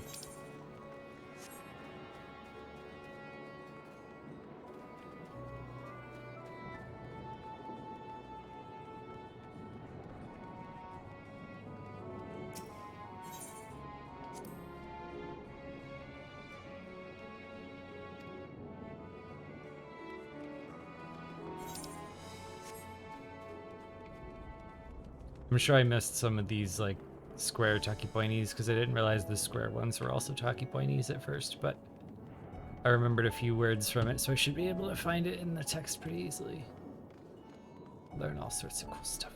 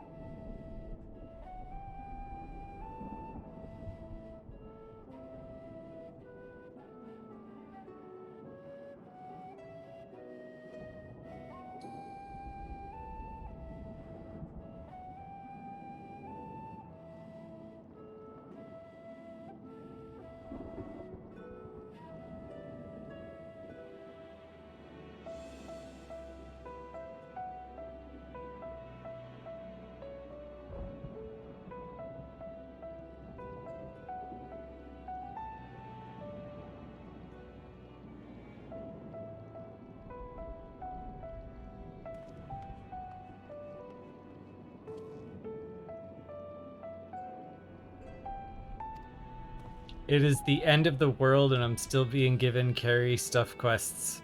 Love this game. Nothing if not consistent. Moose is like, I have lived through 3 supposed end of days. I've always got time to carry a bag.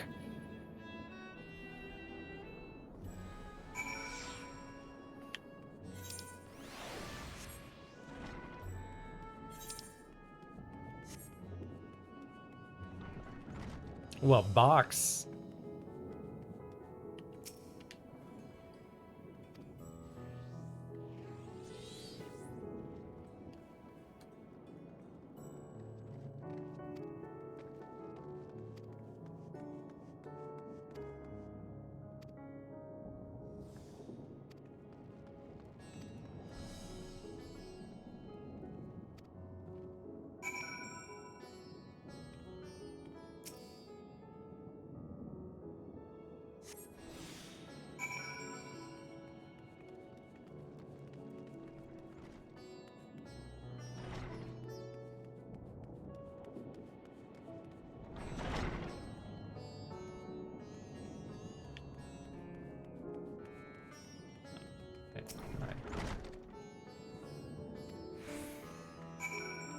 Oh, I see.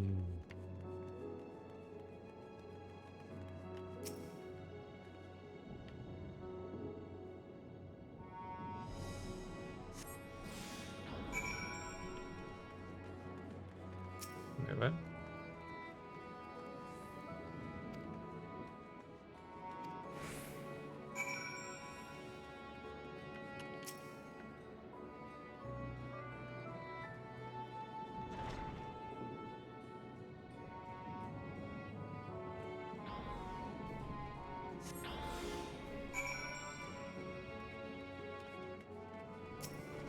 Oh, easy mode crate.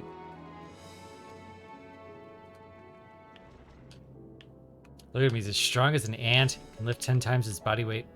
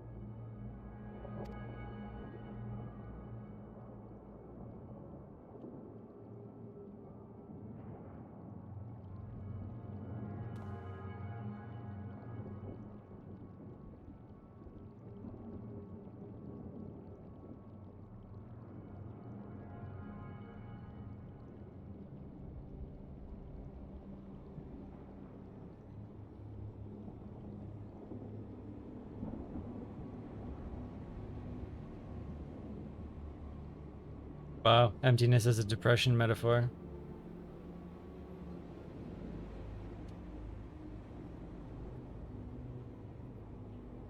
If we're gonna talk about emptiness, my dreams of purple Promethean have not been lost. Not entirely. Zodiac's kind of dead.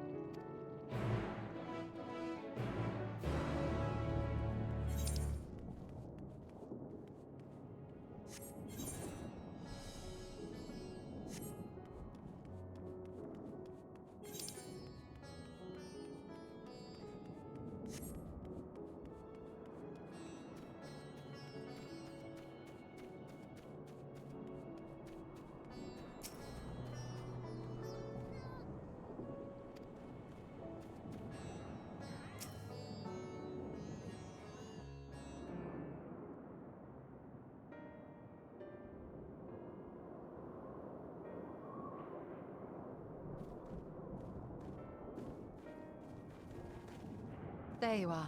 You've spoken with the survivors. Indeed. We thought to share what we have gleaned, that we might together gain a greater understanding of present circumstances.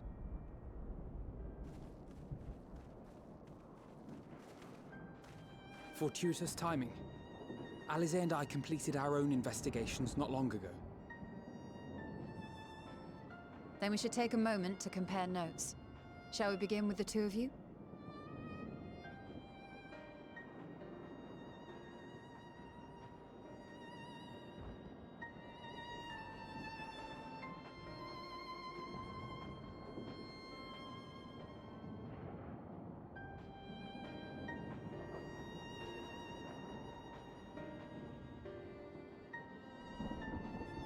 So the merchant Karzal was gravely concerned about his business in the days preceding his untimely end.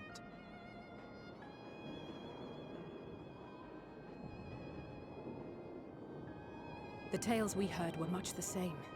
The first victims to be changed into blasphemies were all overcome with anguish of one manner or another. Then those who saw their loved ones stolen before their eyes succumbed to a similar panic, setting in motion a chain of transformations. Fear, unease, despair. These negative feelings serve as a catalyst. If so, then it is not unlike the calamity that befell the ancients. With their creation magics, they unwittingly gave form to untold horrors. Had they simply lost control, surely it would have manifested in many forms, not all of them monstrous. Yet somehow, this phenomenon is triggered solely by the darkness in their hearts, a common thread with what we now witness. Common, but not identical. While the beasts the ancients faced were forged with magic alone, those of today are born of sentient beings. Why remains to be seen, but there is one fundamental difference between us and our predecessors. Our souls are sundered, whereas theirs were not. Perhaps that single variable makes all the difference. If I may, there was another detail that troubled me. We have it on good authority that Karzal's transformation took place before the skies began to burn. What? If that's true, then the situation's more dire than we realized. It means even if there's no ominous sign presaging the final days, anyone, anywhere, has the potential to become a beast. Even in lands we thought safe, even as we speak.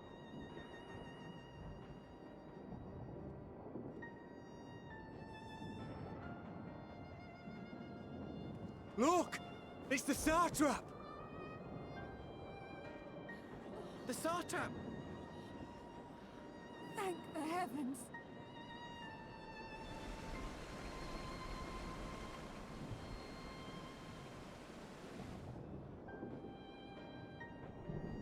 Oh, wait a minute. My countrymen, I am relieved and heartened to see you strong and safe. While the danger has not yet passed, far from it, allow me to assure you that the beasts that raged within the city walls have been exterminated to the last. Outside this sanctuary, the brave men and women of the Radiant Host and our dragon ally continue to battle our unholy foes. I pray these tidings put your minds at ease and help you calm your hearts. Have faith that we shall soon conquer this terrible trial. Your Excellency, is there any word from Balaga's stand? My grandson was bound for there yesterday, and I worry for his life. We are still awaiting a report, but I promise you, as soon as I have aught to share.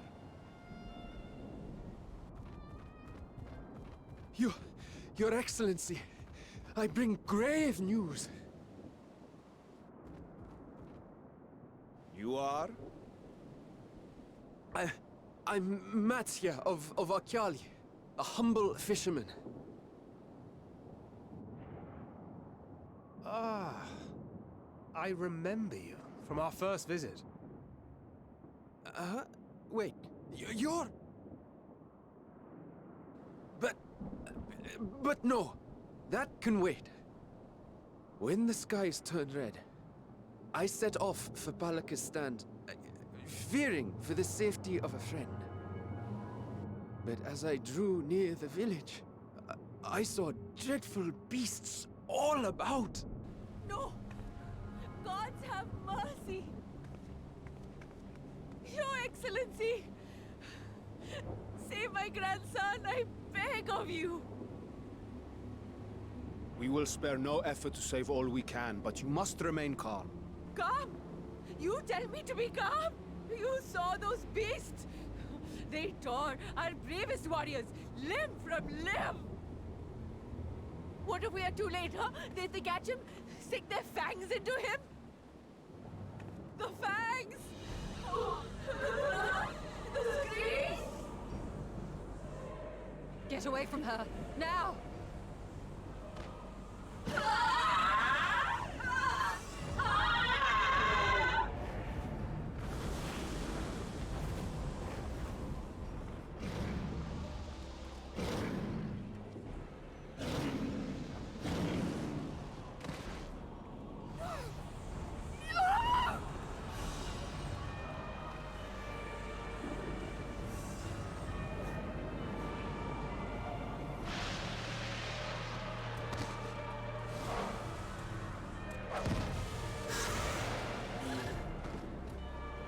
Damn it! We've got to kill them before it spreads. We'll handle this. See the townspeople to safety.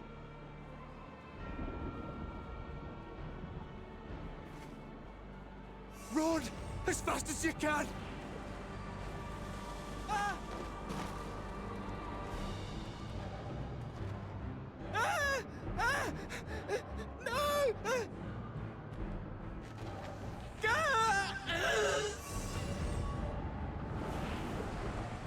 Some of these are not modified very much from their, like, void scent origins.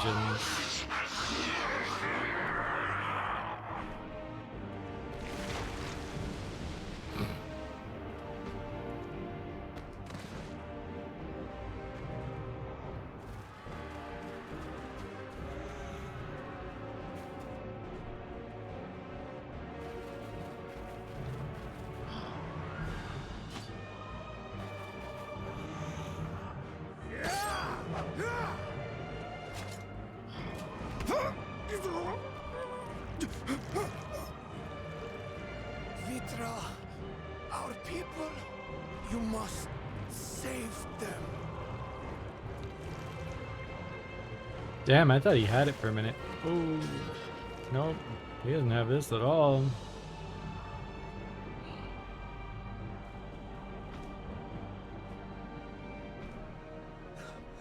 My son.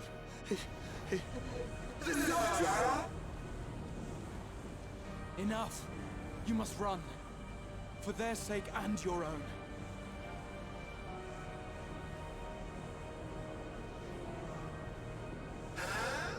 Yes, you will survive. You must.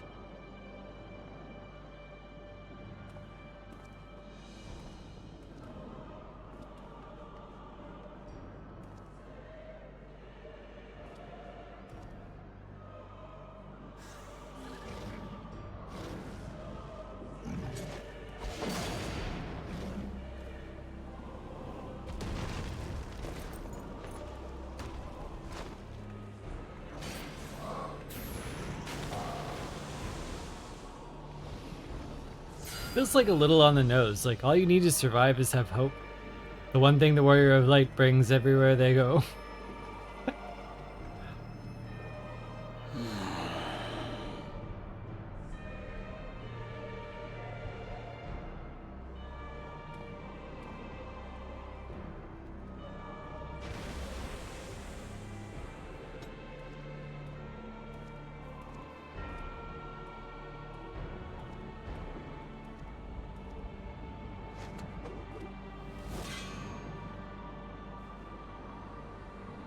Be strong, my friends!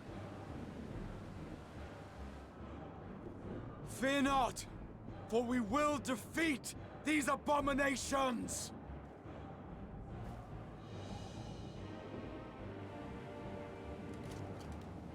Putting that Brave century men practice and to women good of the use. Radiant Host, lend your Stolar and Thancred your aid. Let not a single beast escape.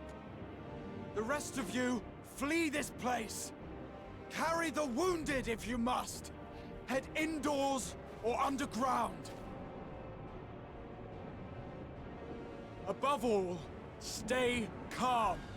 No beast will follow you. We will see to that.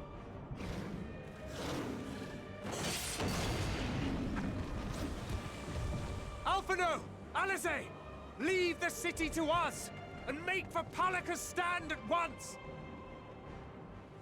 Matsya, show my friends to the village! I promise you, they're more capable than the host's finest! Right! Go with them, will you? We will save these people. As many as we can.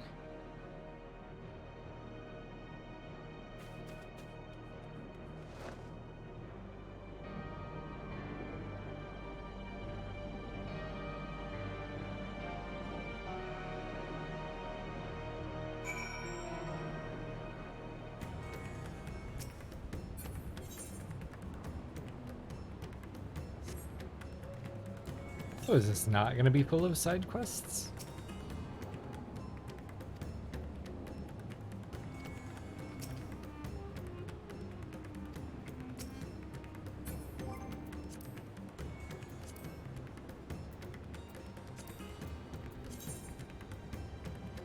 Nope, still 3 that come from quests. Even though 1 I think is MSQ.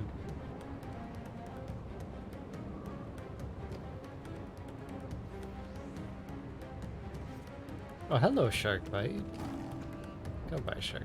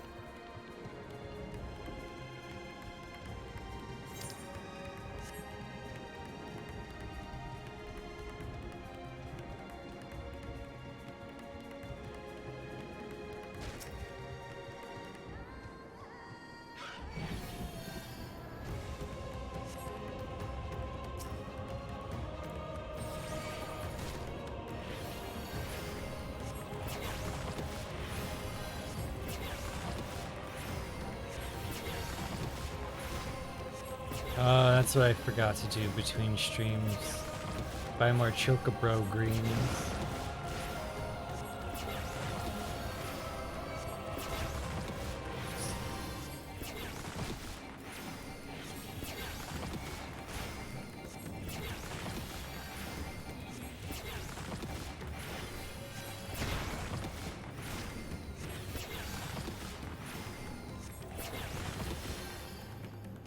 I know every broil sound has like every broil has a completely different sound.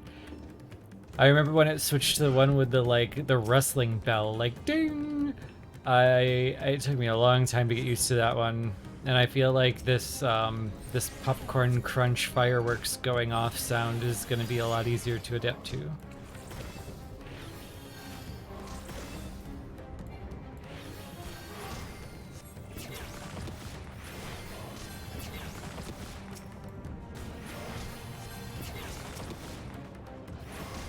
You know what it sounds like? It sounds like when you pull a tree up by its roots in a god game.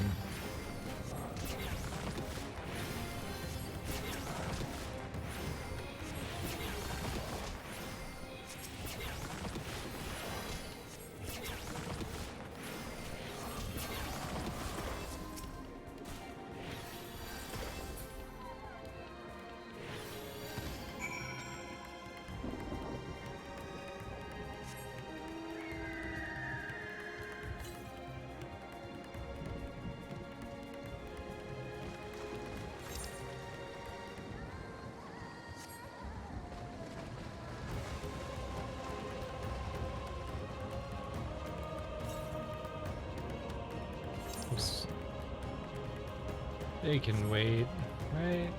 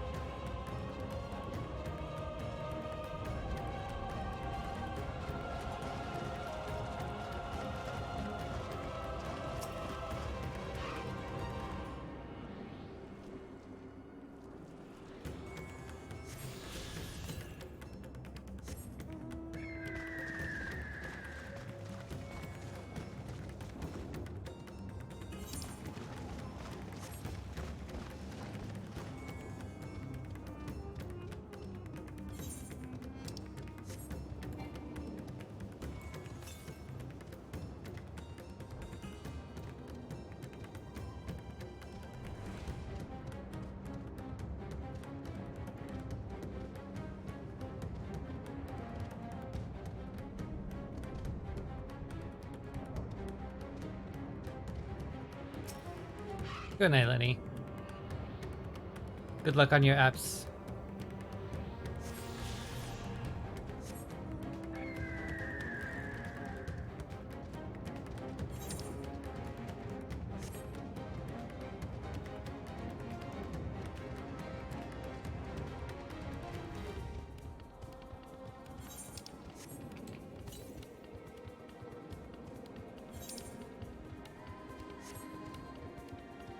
Good luck, Lobby.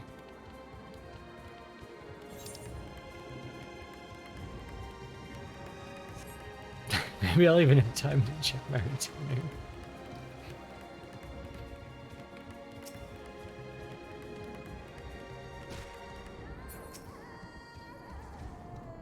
Oh, hello, Murph. Goodbye, Murph.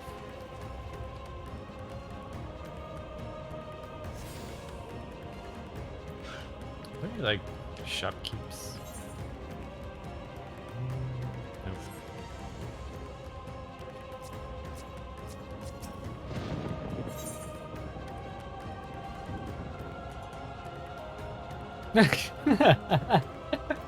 Thank you, Aqua.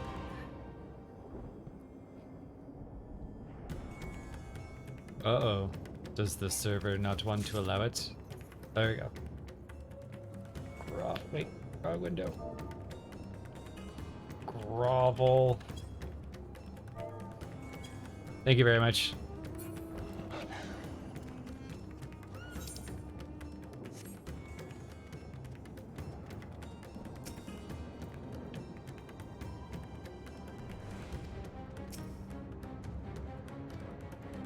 Now we can kill things at 75% the speed of a DPS.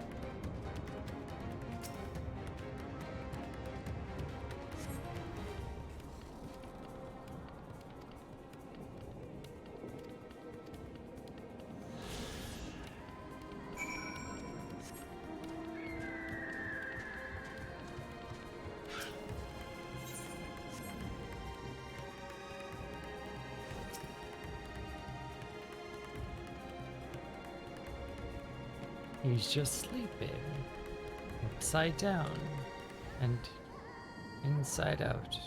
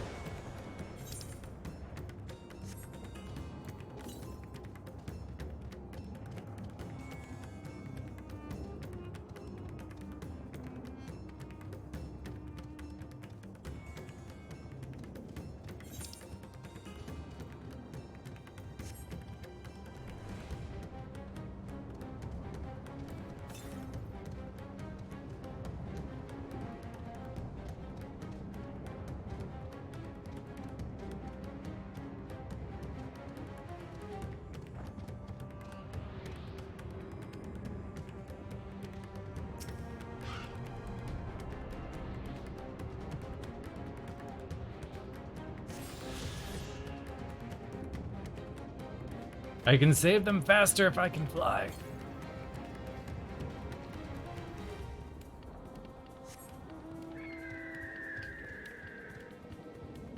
Even though that's gonna be like my reward. Thank you for saving our people. Here is your last ether current.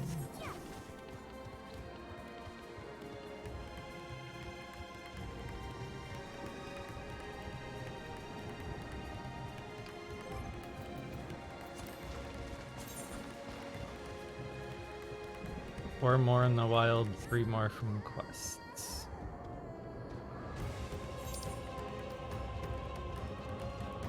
Oof. And this quest was gonna take me over to where 2 of them were.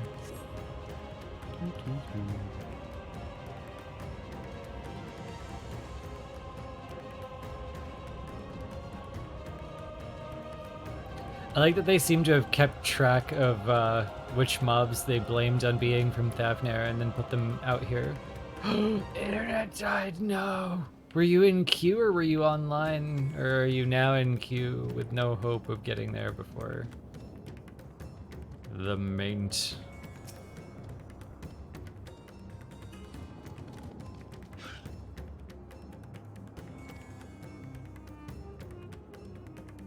Saint Agama.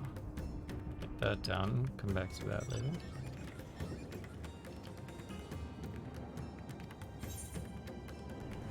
I'll take a look.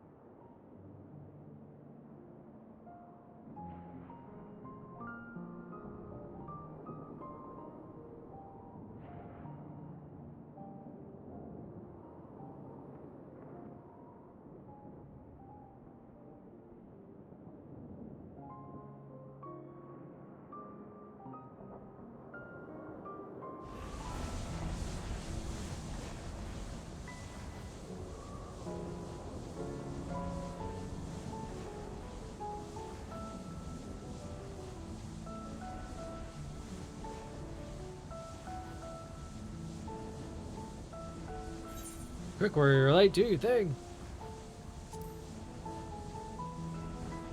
Usually just give this stuff off as an aura.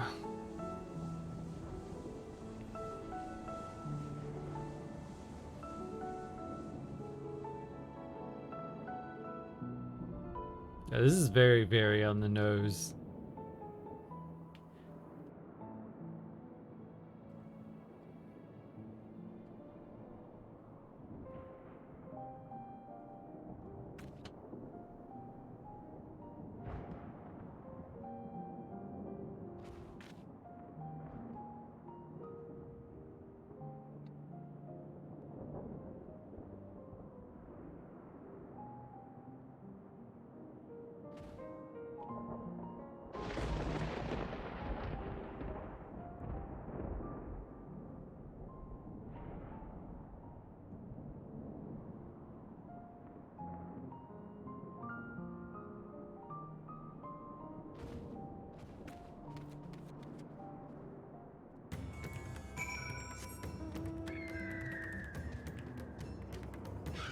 Actually.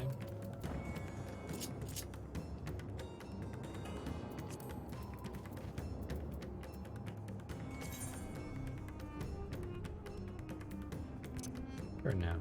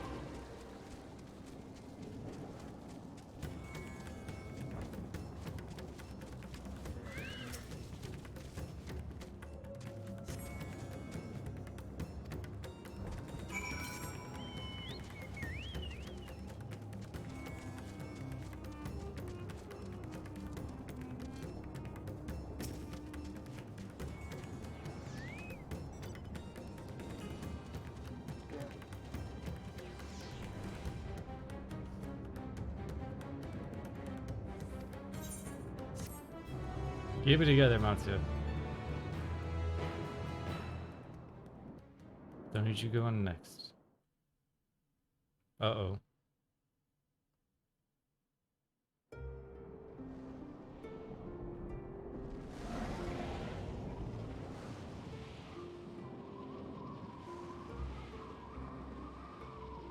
No more enemies to trouble us here.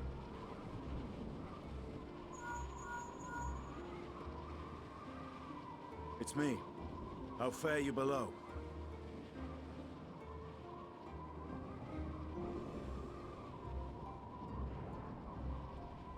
Understood. I will inform Vritra.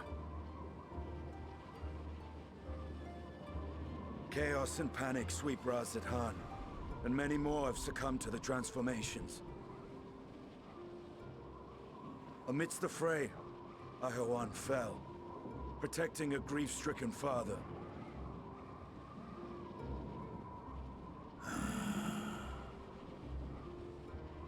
My friends fight alongside your Radiant host to secure the capital. Beasts have been sighted in Palakistan as well. We have divided our forces in hopes of quelling the threat there. Of small solace is that we now know what triggers the transformation. As my companions tell it,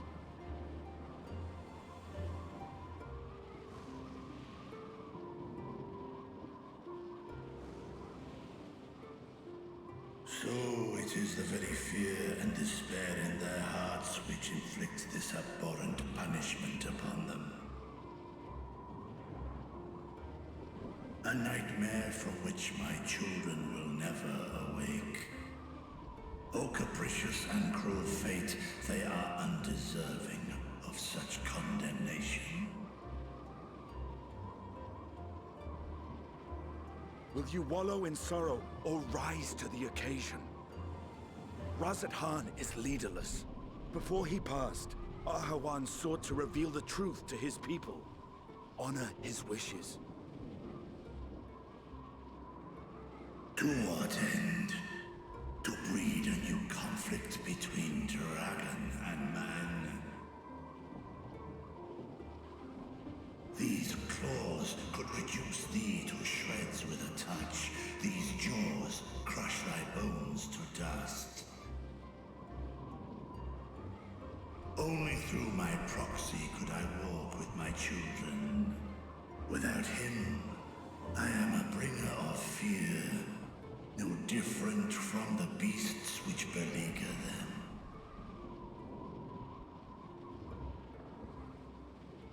Perhaps so. Only in death were Hraesvelgr and Shiva united. Indeed, whenever man and dragon have come together, death has ever been the inevitable result. It was our fear of your kind that sparked a nigh-endless war. Fear and hate of which Nidhogg drank deep as he laid waste to my homeland. And in turn, I took my revenge on his brood. Blood for blood, pain for pain. I thought nothing of theirs, only of mine.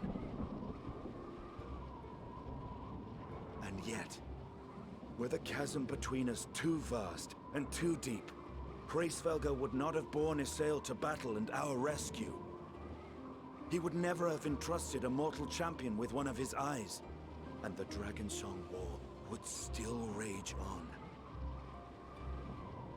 And I would still wage a never-ending war of violence and vengeance. The future of our star be damned.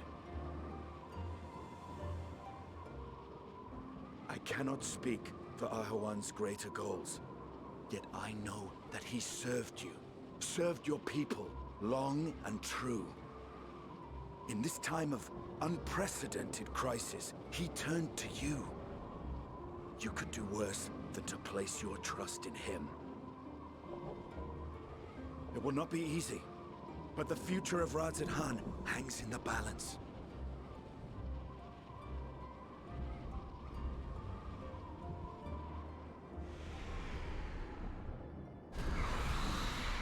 We have company.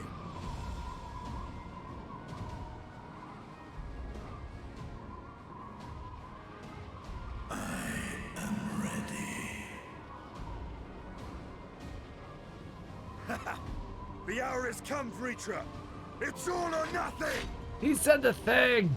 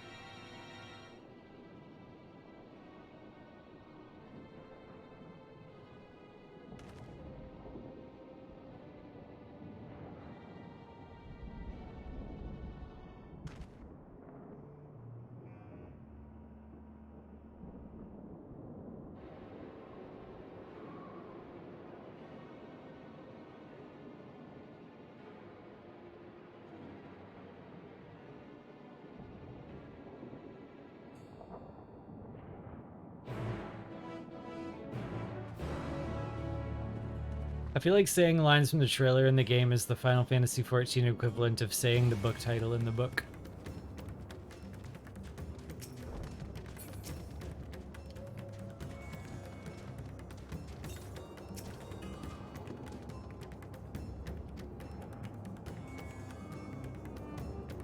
Lee Chacha, do you also love when they say the book title in the book?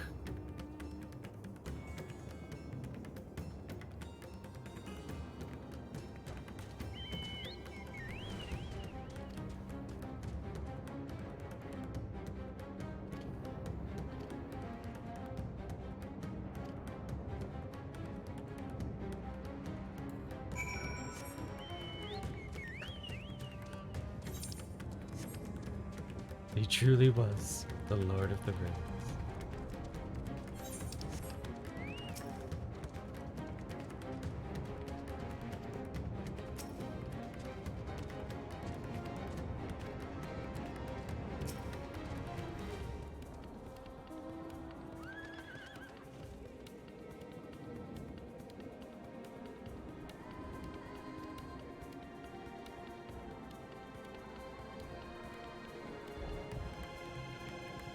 I admittedly, like, it does ring a little special every time I hear the phrase, the name of the wind in the Kingkiller Chronicle.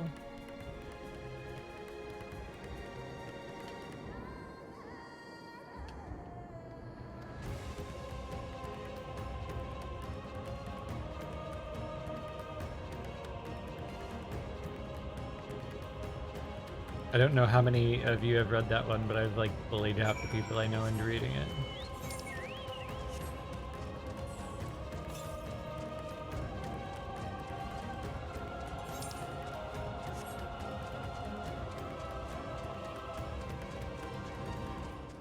Yeah, cool. We got a few Rothfuss fans in here. The eternal wait for book 3. Though I've got to be grateful for him. Like, I always thought that if you were gonna write a book that you knew was gonna be a series, to like have a really good idea of what you wanted it to be and just kind of put it out 1, 2, 3 would be a great idea.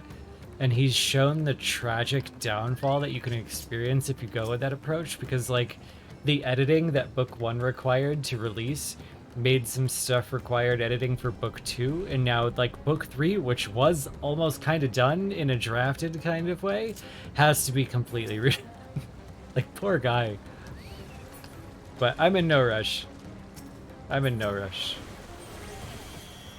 I would much rather he put out a book that is exactly what he wants to be than have it sooner than needed.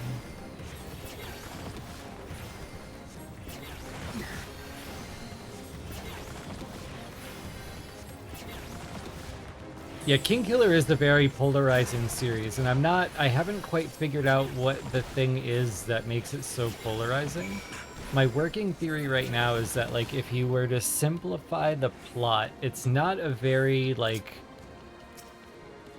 it's not the most creative, raw plot. Like, what really makes the Kingkiller Chronicles special is the prose. It's just all such good prose. And I think the people that are looking for a story on the same level as the prose are disappointed. But I have not yet figured out why it is so polarizing.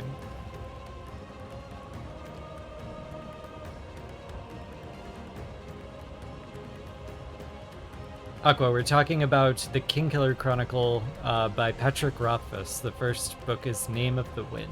If you want to look it up, I bully like everyone I know into reading it because it really is, like, the prose is so good. Like, just reading the sentences is satisfying. It almost doesn't even matter what the story is.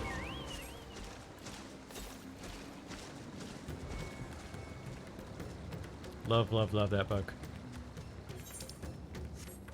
Like, I don't have a favorite author, I just have books that I bully everyone into reading.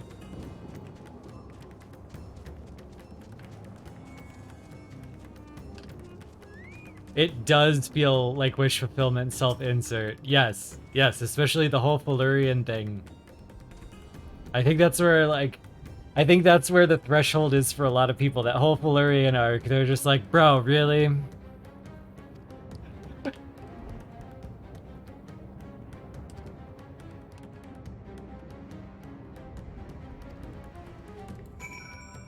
What about audiobooks, Aqua? That's how I have Name of the Wind now. I read it one time, and I wanted to read it again, but, like, I just couldn't find the time or patience to sit down and stare at pages, so I got the audiobook. It's actually quite a good audiobook if you like audiobooks. Or a quite good audiobook, there we go. Gad Brammer. Time doth not allow... Damn. I work pretty far from my house, so I get at least a chapter a day in. At least.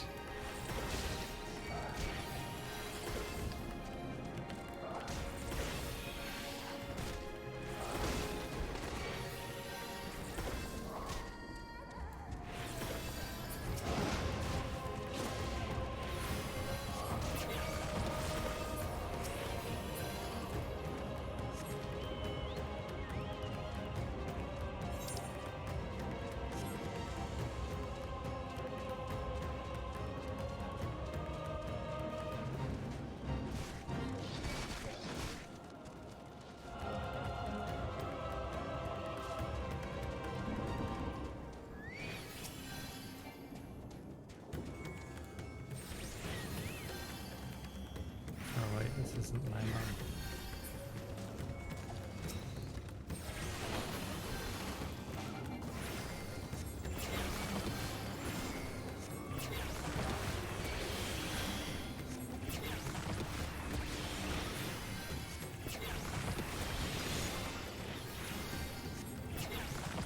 I don't even remember what the last book I read was. I think it was redoing some of the Dresden Files.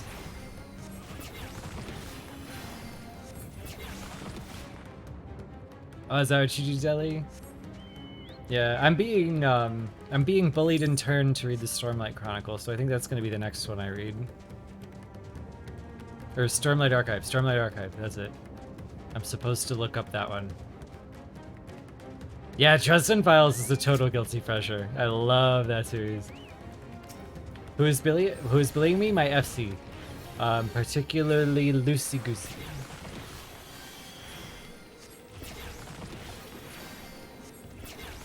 And in this case, when I say, like, when it comes to playing games or reading books, the word bully in my friend circle means we just keep talking about how great it is until people finally cave and read it. Like, we just don't shut up about it.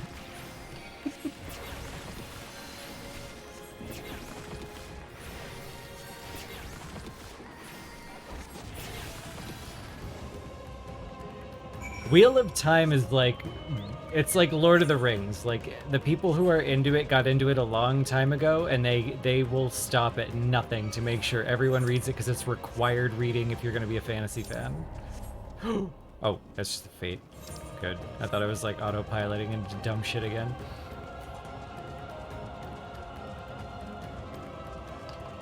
What is... Wait, the 3 body problem? Hold on.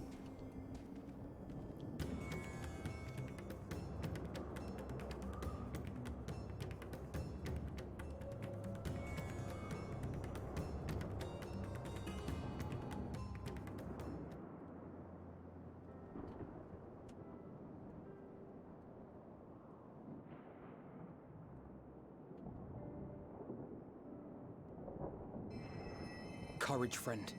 The pain will pass. Has anyone seen Mevan? I've never heard of the 3 body problem. Where could she be? Is it on Audible? Can I get it on audiobook?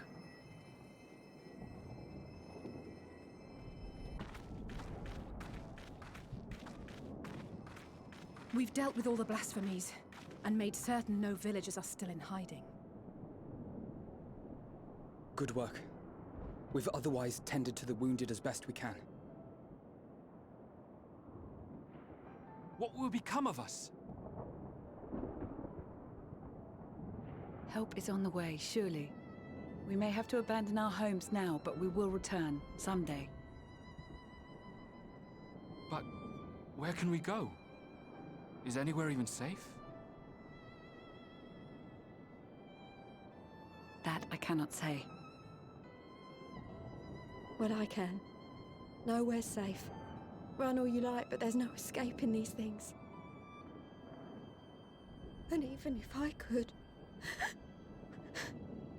it's too late for my family.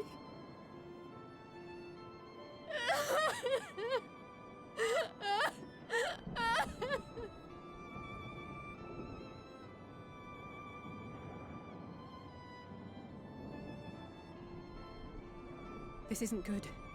The more they dwell on the tragedy, the more likely we are to lose them too.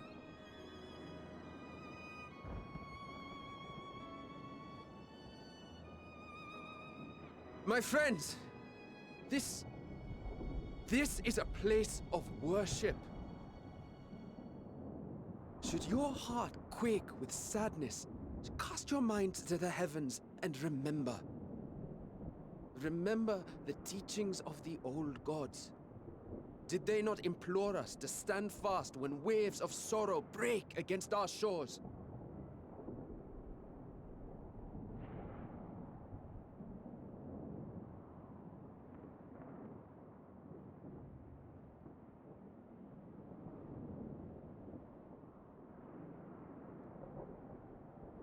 Know this, my children.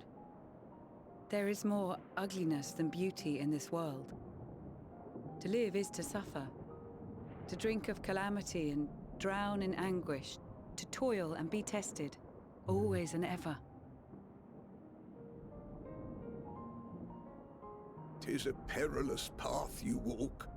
Death lurks in the dark, and is the sole promise that awaits at journey's end. You will tremble with terror. You will weep tears of anger and despair.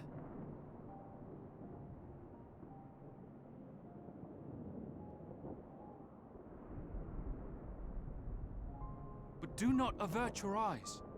See your life for what it is. Then will you see how the hardships make you strong.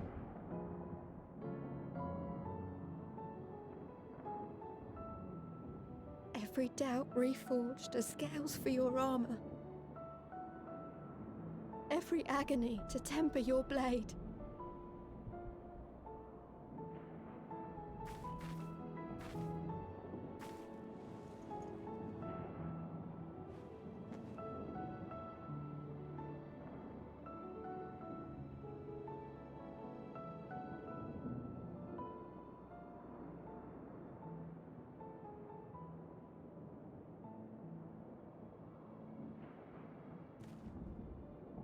Thank you, lad. We'd almost forgotten who we are.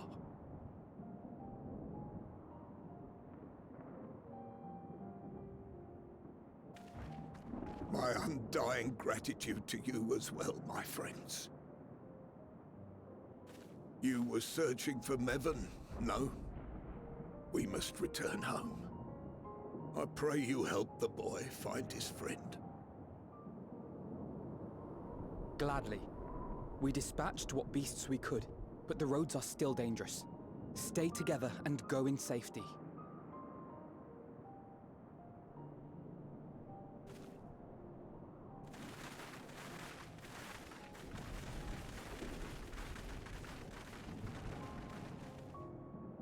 That was very impressive, what you did back there. Those words seem to resonate with your people. They should. They were the first spoken unto our ancestors by the divinity of legend. I'm easily upset, and fish are wont to flee a temperamental hand, so I recite the teachings over and over to calm myself.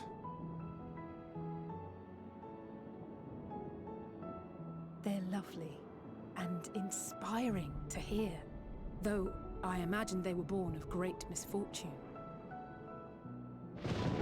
They are born of life. There's as much bad as good in it. More, many would attest. All the more reason to appreciate the good when you can. I won't argue with that.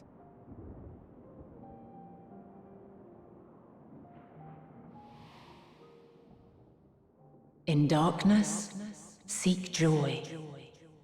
Surrender not to sadness, and see beyond despair. Walk free, and bear the light for others to follow.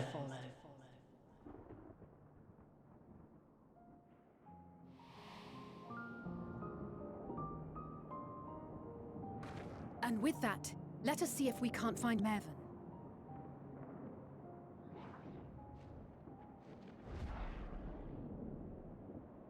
Did you see?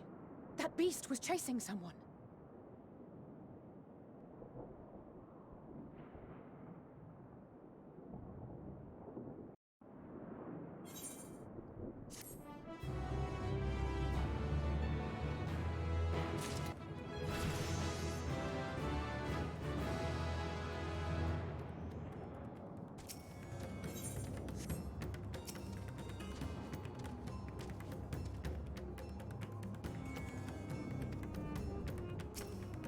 The threat so far just arrived, and I think there's a lot of potential in like what you can get out of it, but also at the same time it feels like it's so on the nose. It is so like it's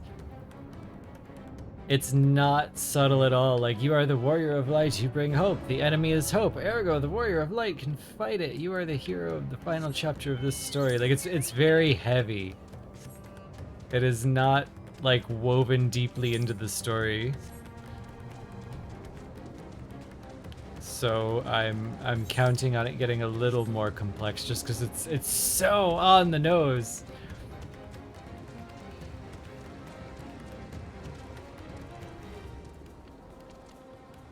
It's especially on the nose for like a story that just introduced a bunch of new stuff in the final chapter when we had a whole bunch of stuff on the table already that it like swept away really quickly.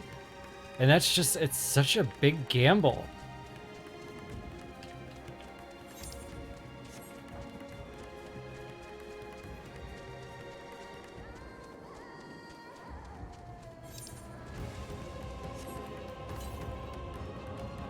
$255 to the west. So just keep going that way afterwards.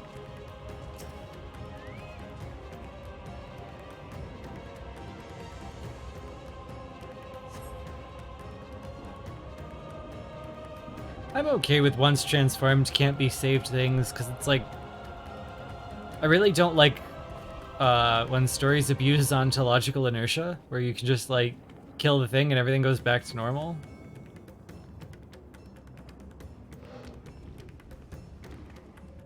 That's her. No, I'm sure of it.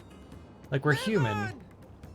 A broken leg almost sometimes doesn't even work right again. You're gonna come back from this?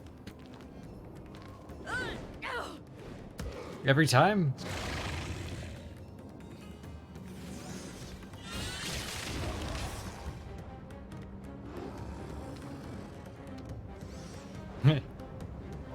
Ether.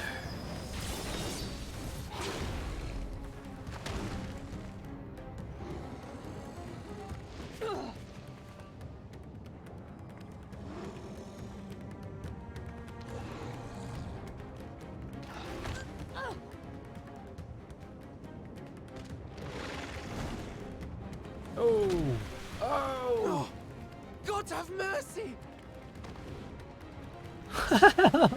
Nice!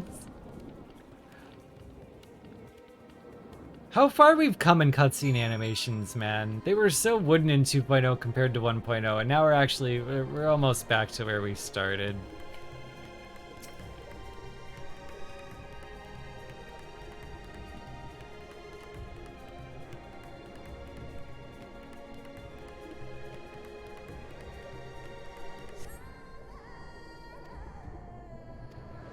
I would say that the Sin Eaters, there was no time unless you acted fast and preemptively too, depending on like what your dose was. Like if they touched you, you were just doomed in a second, but if you were just kind of lightly grazed, you had a chance. Whereas this is like, if you're only feeling a little bit of despair, you're not gonna change. So we don't see that level of immunity in the same way.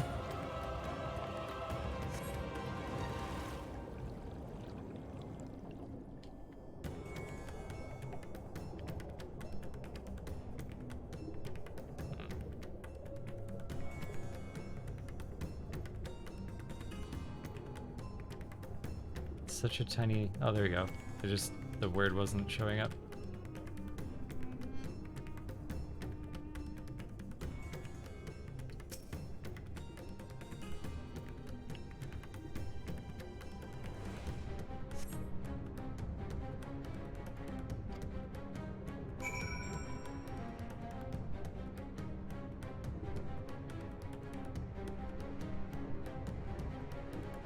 I'll be back for you, Mevin, hopefully.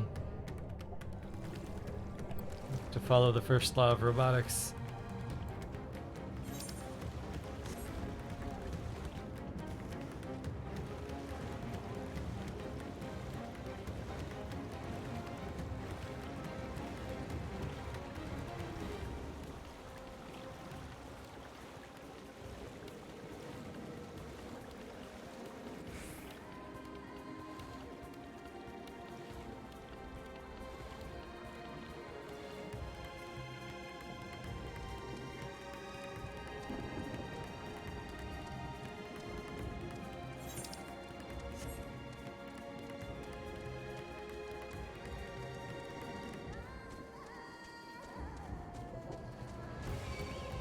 Oh. Oh, wait, no, this isn't like a carry quest or anything. Not like the mob's gonna hit me one time and it's gonna be like, oh, you broke the baby, go back and get it again.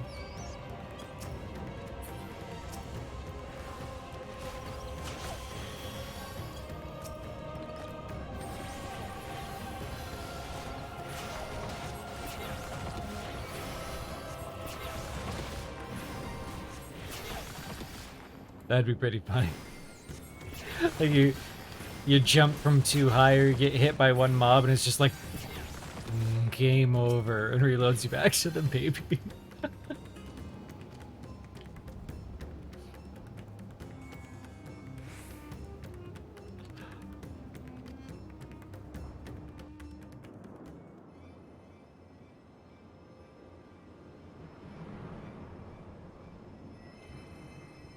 Excuse me, I could have done that. Thank you. She's so cold, Elfino. The child is alert, and I see no wounds, and yet she grows weaker. No, baby despair. My spells can do no more. What she needs is a change of clothes and a warm bed. We must hurry back. Is nobody carrying like pneumo anima booster? Not now. Just in case of emergency. Matsuya, take the child.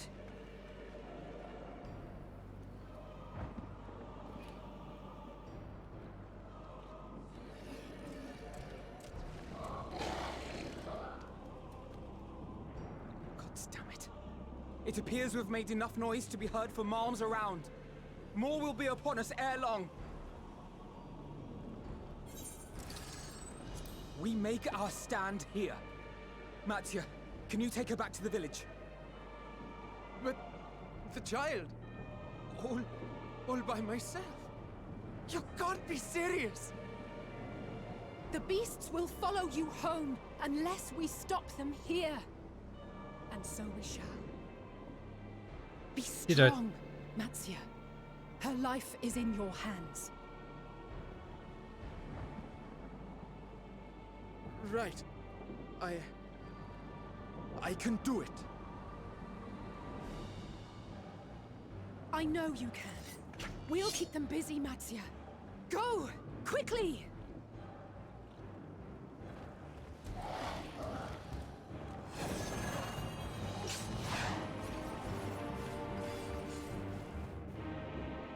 I'm still unreasonably distracted by that several of these look just like their Void Scent counterparts, and I'm really hoping they address that. Steady. You know the Like, way. it would take 2 or 3 hands to 2 or 3 lines to confirm. Just hand wave it, like make a connection there. No. Baby despair. Not you too.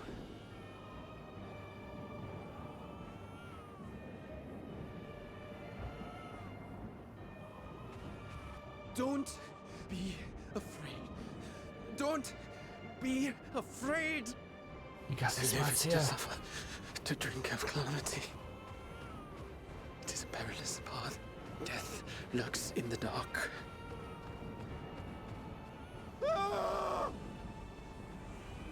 No! I'm not afraid! I'm not afraid! You can do it, Mattia. Do not avert your eyes. See your life for what it is. See how the hardships make you strong. Every doubt reforged. I believe Mattia almost out-worried of Light and me in that scene. He was doing great. Oh.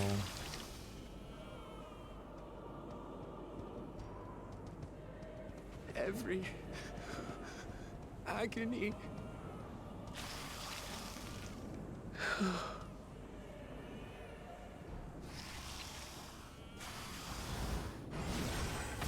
Yeah!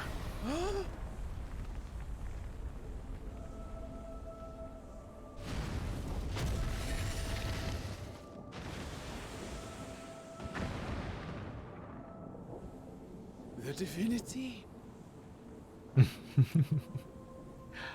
Nay, but one who would deliver thee just the same.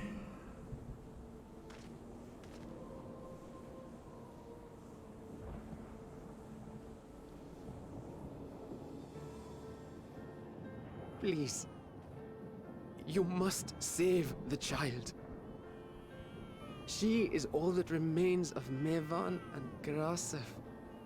Please. I had faith. Mattia was the VIP of the last scene. He beat even me. He turned that whole group around back there. He had this. Well, well. Seems the babe's taken a liking to you.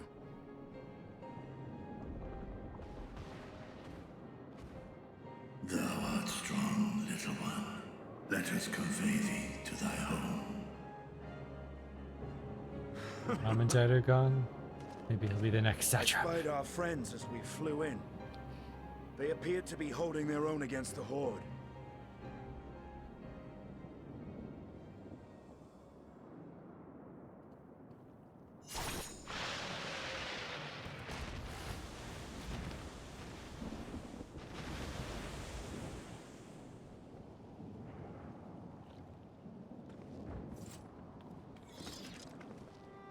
Right. That's the last of them. We should hurry and find Mattia.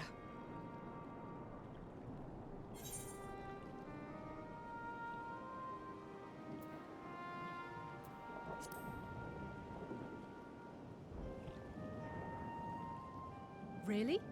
How can you be so sure? Did you not see him 10 minutes ago? Because he's A fine awesome. battle it must have been. Shame I missed it. Estinian, it was you who came to Mattia's aid. I was only along for the ride. Vritra was the one who saw the boy was in need. The two are headed back to the village. Where the worm will honor Ahiwan's wishes and finally reveal himself to his people. Perhaps so. Will you go and join them? There's something I need to do first. Mervyn gave her life so that her child might live. She deserves better than to be left to drift alone. She deserves to be laid to rest beside her husband, at least. Will you help me? Little details like that I appreciate, because upon a second viewing, I definitely would have been like, oh man, we just left her body there. What did we do? Appreciate the attention to detail. Good job. A+. Oh, I clicked the wrong one. No, wait. I must read every line of optional dialogue. Declined.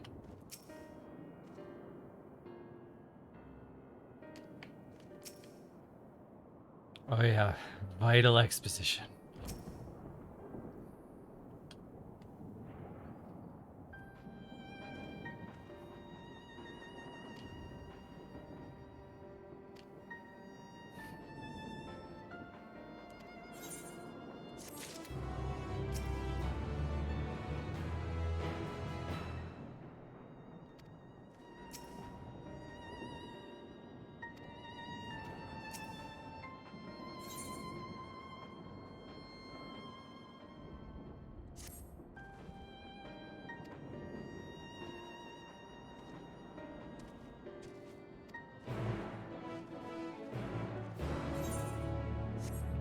I remember.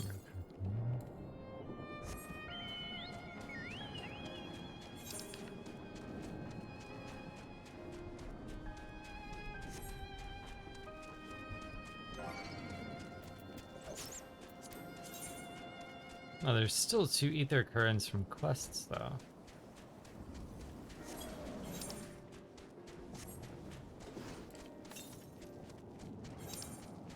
Oh, but that one's right on the etherite. I can go wherever I want.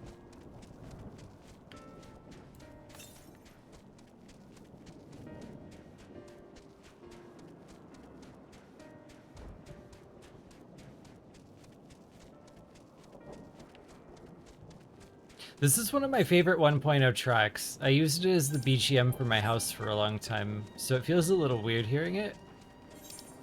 But it's a really good track, and it does fit the mood.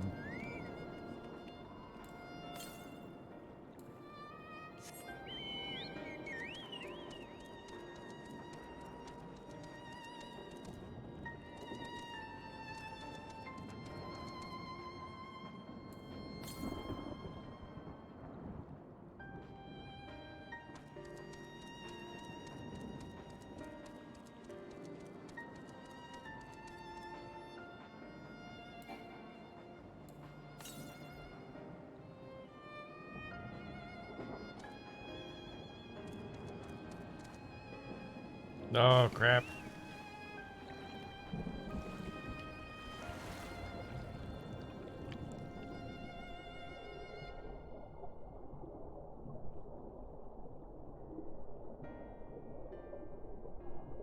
Uncooperative ass current.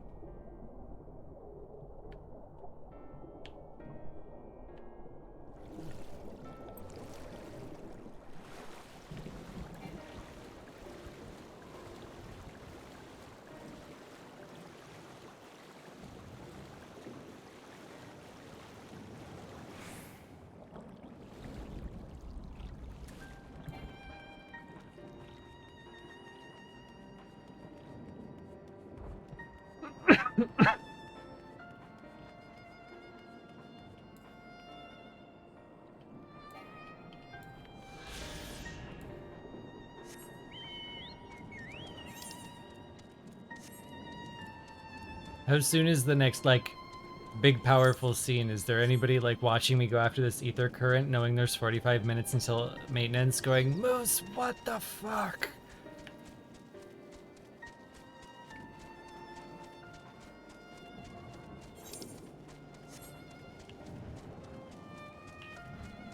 Vaccine soon.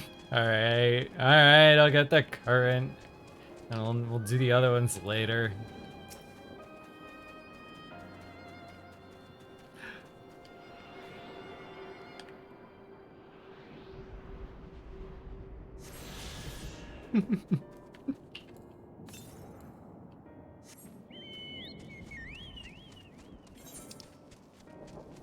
Southeast.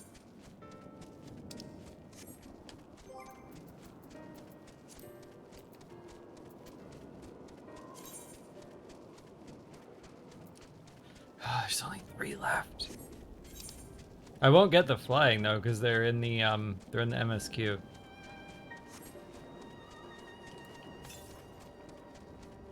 Oh, I'll get this one. They're like potato chips. I'm like, just one more. Just one more. Just one more.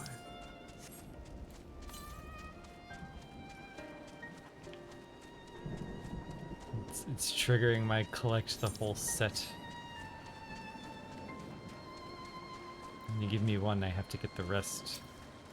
Or get rid of the one. It took me a long time to learn that skill. Just get rid of the one.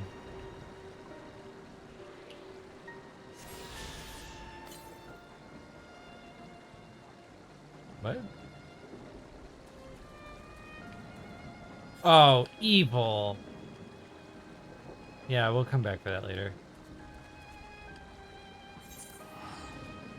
Shenanigans! I thought I got all the ones in the first area.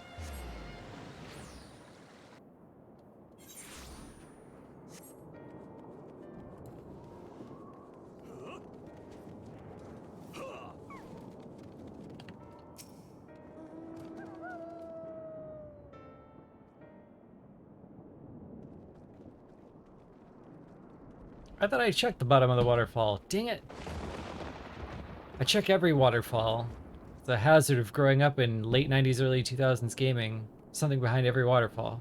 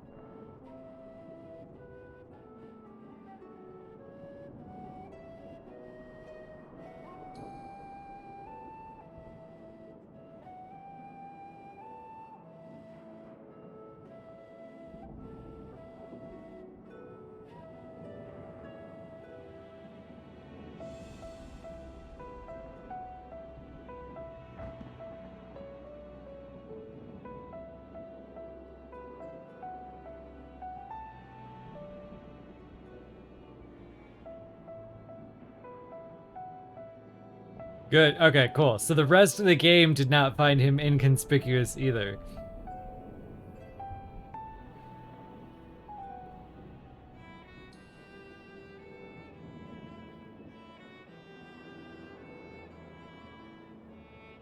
Strike that one off the list of cynical observations.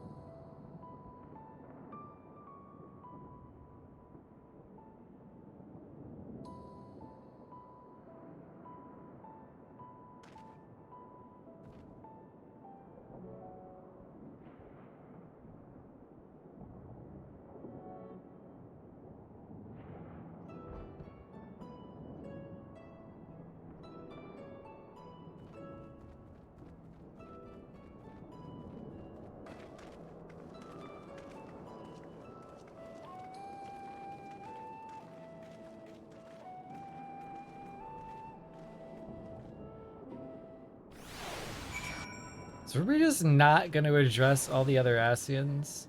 Like, they're still tempered and other... Oh. Hmm.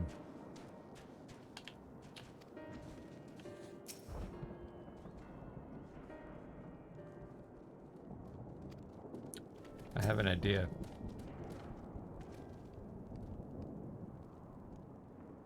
I'm not speculating anymore.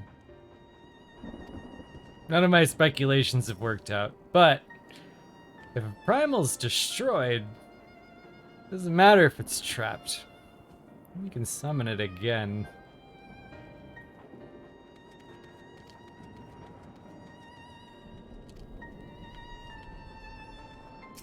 And if they're still tempered, and he's free, I don't know. Probably not where this is going. But, it would sure tidy everything up.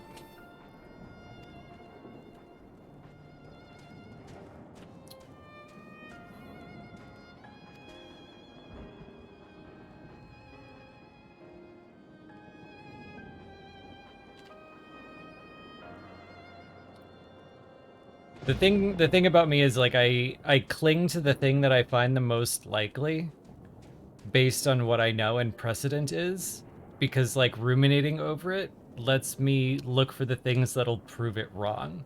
And I think, like, being able to attack my own theories and try to prove myself wrong all the time is part of what makes this so fun. And going into this, I thought, like, the funniest, most unexpected ending would be if we, the legacy of Azem, blazed like this impossible third path that brought all the ancients together, like both sides of their civil war together, to stop the Sound once and for all. And even though we, the Sundered, inherit the planet, we kind of honor their legacy in a way that's really sad and depressing, while also getting to keep their planet. Our beautifully broken cosmos. So obviously, as I'm sitting here thinking about what the hell they're going to do with the rest of the tempered Asians as they left him behind back at level 83, that's the first thing that pops back into my head, because that's what I can use as a basis to attack my own theories. And then I remind myself that my notebook's over there. I'm not supposed to be thinking about this. I'm just along for the ride. Along for the ride.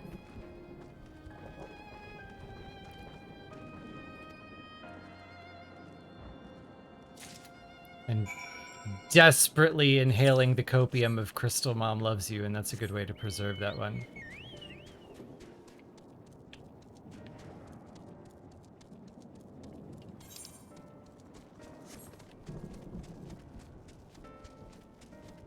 Let's see. Deliver the hot chai to the villagers. Yes! Oh, I love deliver food quests. 2.0 flashbacks. At the time, I was like, oh, come on, I just want to run this dungeon. You're going to make me deliver soup? And now every time they make me deliver soup or cocoa or something, I'm like, yay.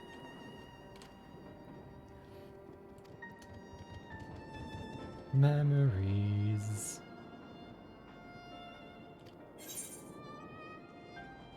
Hot chai. Hashtag Team Soup Quest.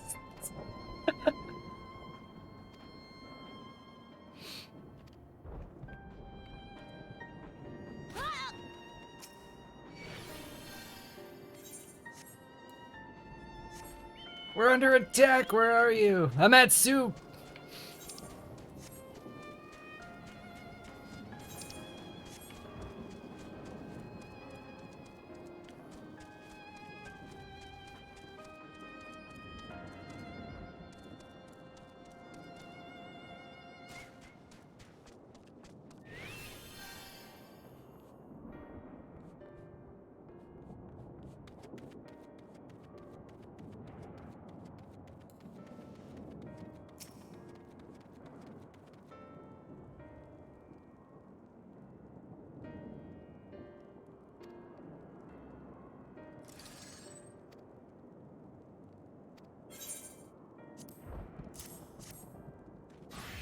Because Alphino's 16. Like, he's still about a year and 6 months away from this phase. Give him a little more time. Let him grow at his own pace in his own way. He'll be at Coachella before you know it.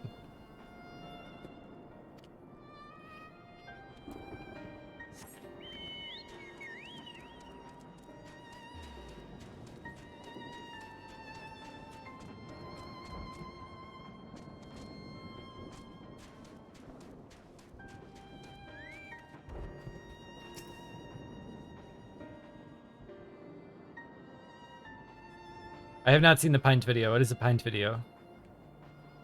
I will watch it. Link me. I'll watch it during maintenance.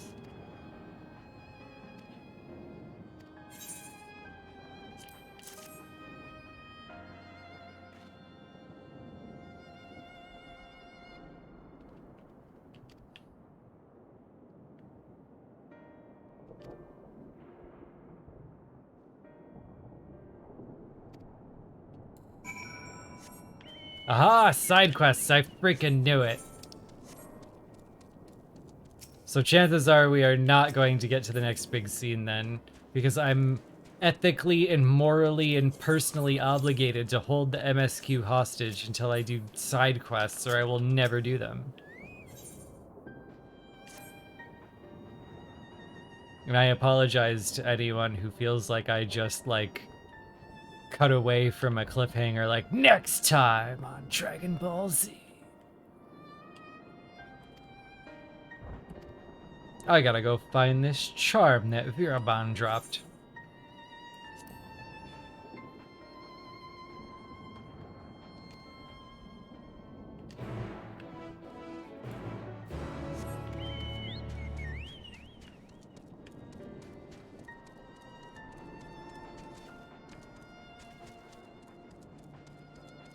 If you've never been here for this explanation before, I'm the type of person who says, I will do the side quests on a second job, and then I don't. I never do. They sit around there for 2 years, and then I panic when the new expansion comes, and I go out and I do them, and I don't remember what was going on in the MSQ at the time, and I'm like, oh, I don't want to fix your carburetor. And then they give a pittance of EXP, and it's miserable, and I'm sad, and it's just like, it's all around. And then I did them all in real time one time. Like, I just, right in the MSQ, right when they popped, I went and did them, and it, like, made sense to be doing that thing at that point. And then I had a clean map, and it was just like, life was instantly improved. So, that's what we do now. We hold the MSQ hostage from ourselves.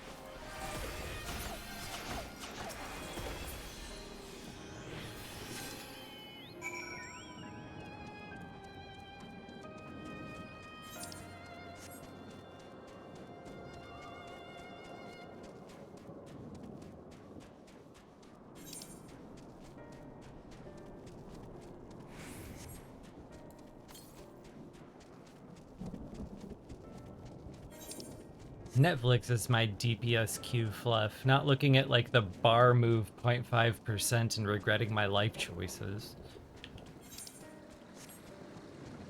To each their own, but still, I'm explaining where I am.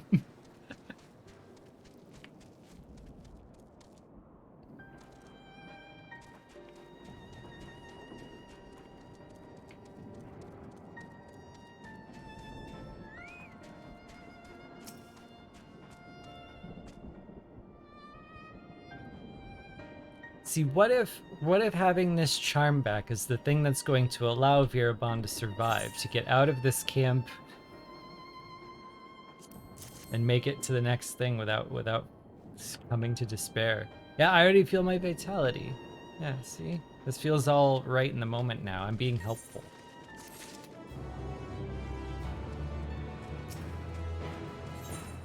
Oh wait, now the blue ones are last, so it's gonna take a while.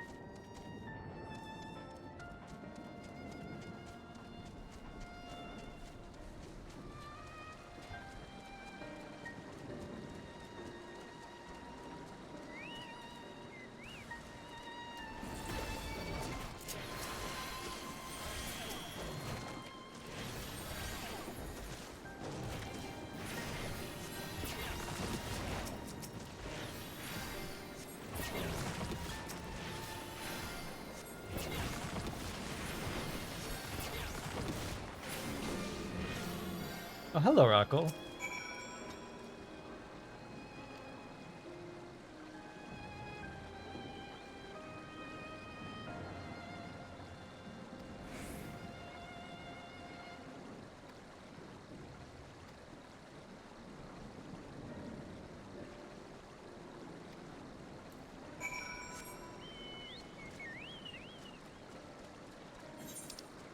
Don't forget to enter.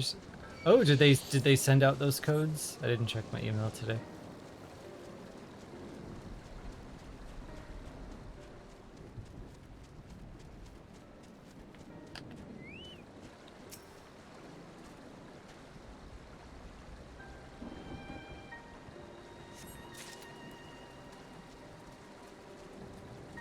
It was so nice to have access to Shadowbringers content again so I could get rid of the Diablo armament. Thing as I was cleaning out my inventory. That's just been sitting there this entire time like you could be a lockbox.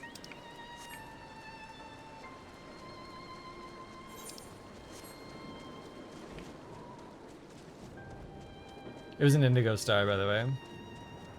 Obviously.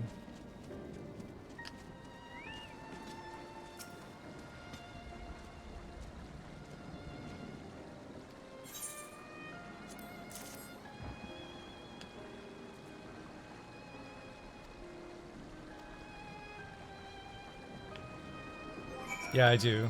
Like, if I threw it away, I would have just been like, what could it have been? Did I use it already? Yeah, I used it already. Oh well.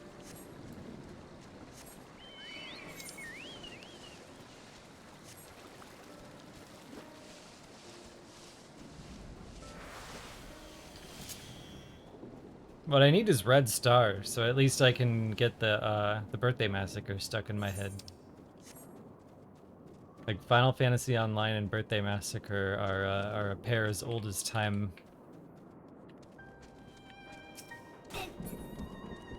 They did redesign the Mog Station. It spooked the hell out of me when I logged in, too.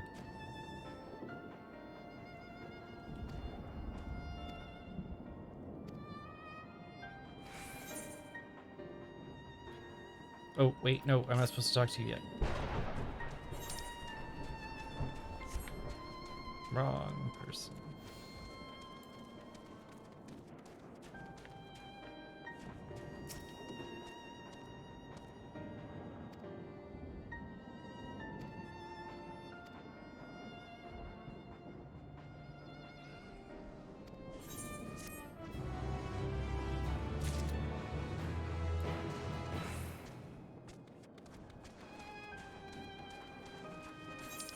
Hey, say what you will about the Mog Station, it is a vast improvement over the Square Enix account management system. I couldn't even figure out how to pay for 11 when I first joined it. Like, literally, for years. I bought 11 and it just sat on my shelf for years because I was like a young teen and I was like, just take my money! My parents' money!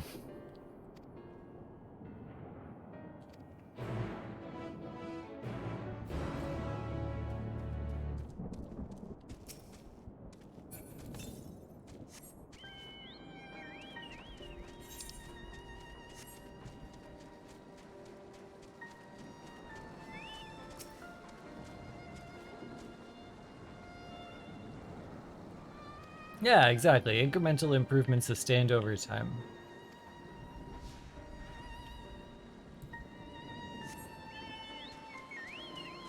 Play Online is a strange beast, because if you ask anybody who is still playing Final Fantasy Online today, what Play Online was like, they'll just kind of stare off into space like they're having a war flashback. Like, these are our battle scars. But at the time, if you were a young teen logging in to Play Online and you hear that upbeat techno start, you were like, man, welcome to the future.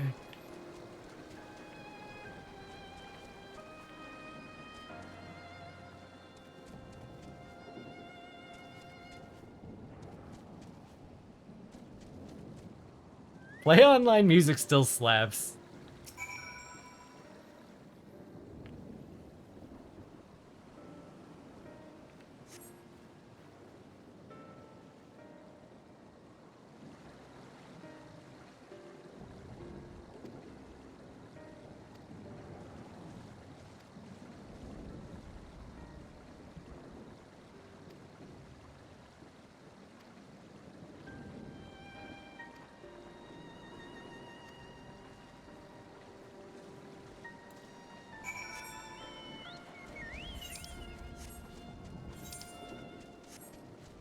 Where am I running? Why am I running?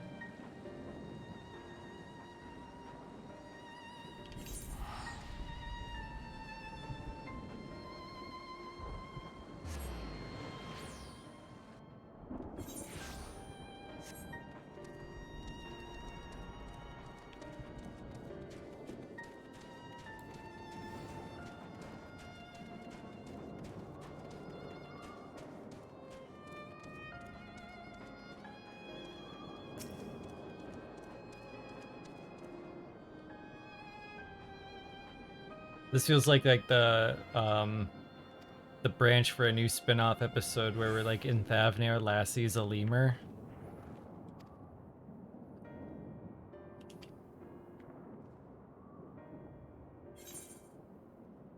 What's that boy? Jebakal fell down a well. How much longer until maintenance? Like 20 minutes maybe? Are you asking because there's like a really cool cutscene behind that one quest I'm not doing over there and you're like, come on!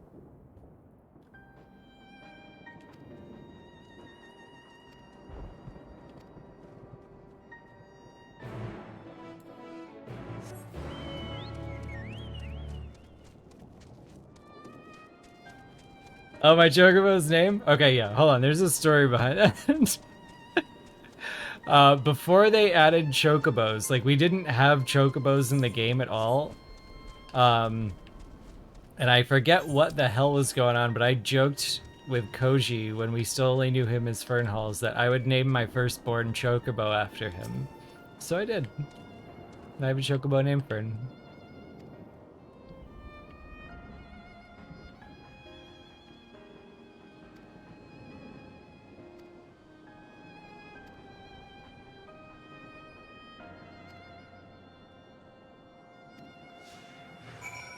Ooh, okay. Let's go with Lost Girl. One of my many guilty pleasure Netflix shows. Oh, I just admitted that out loud.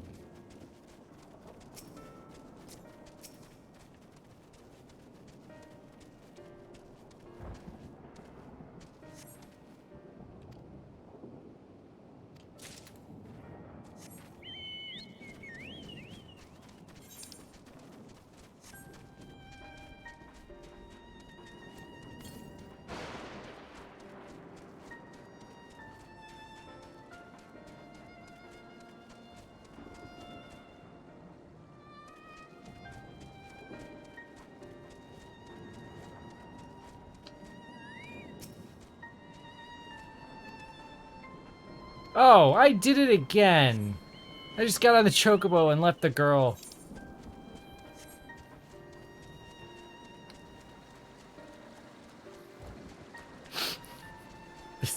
These quests are messing. These quests are violating everything this game has taught me. I'm like still autopiloting the old scripts.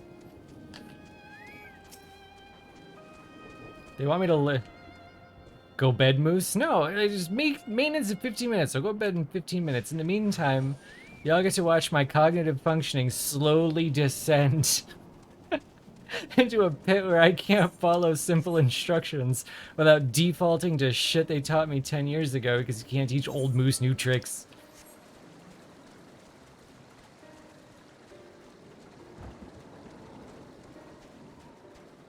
I'm impressed I didn't get on the chocobo while I was saying that.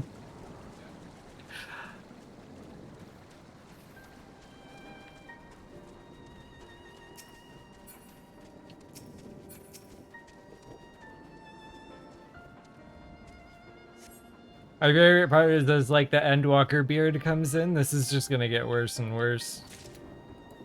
I am up to— oh wait, oh shit, no, wait. Okay.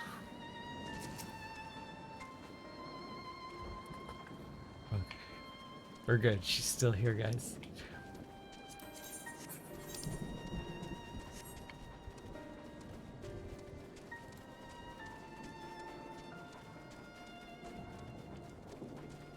I'm up to Derplander stubble levels on the Endwalker beard.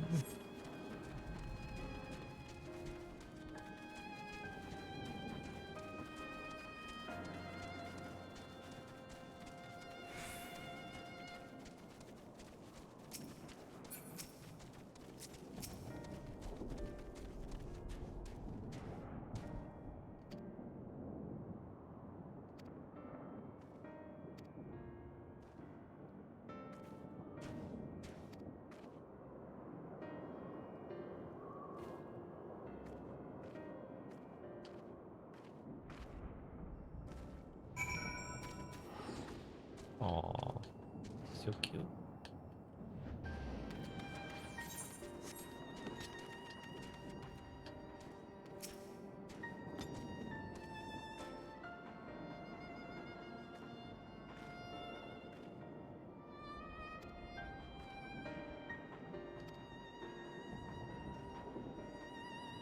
Oh, they're gonna go make soup too.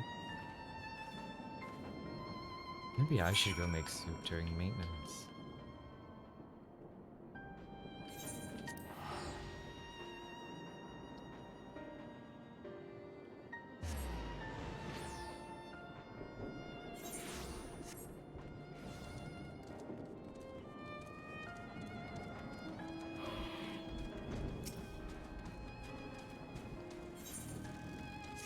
I might do that. My stomach actually growled as soon as I said maybe I should make some soup.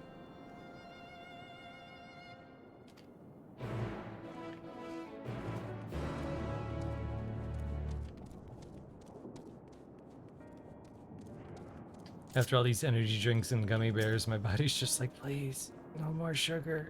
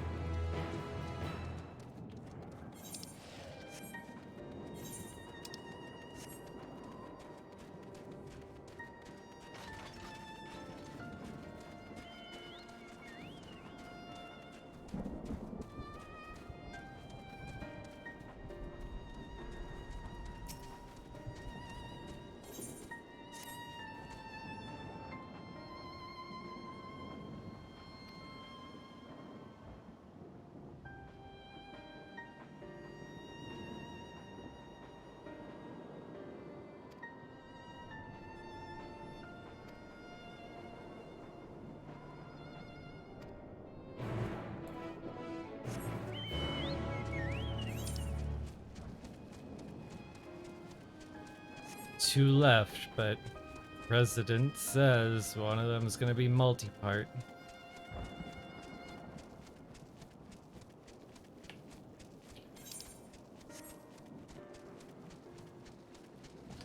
I'm glad we're archiving some of these things too, because like I don't have any doubt in my mind right now that I'm gonna, whatever I've done with 14, like I didn't do it as well in 11, and I feel like I did a lot better with 14. And whatever Final Fantasy Online MMO comes next, I'm gonna do it all again. But I'm gonna have like all these memes like soup quests ready to go.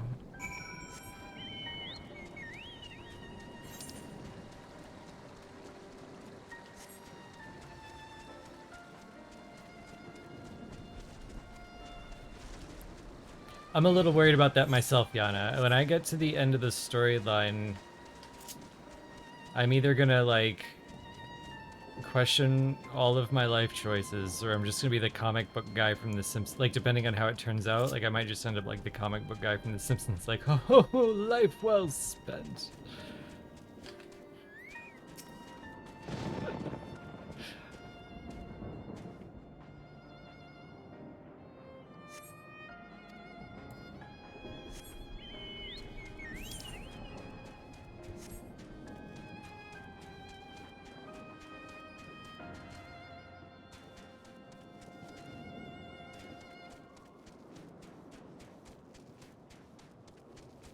Oh, if I get to the end and I'm happy, I'll do it.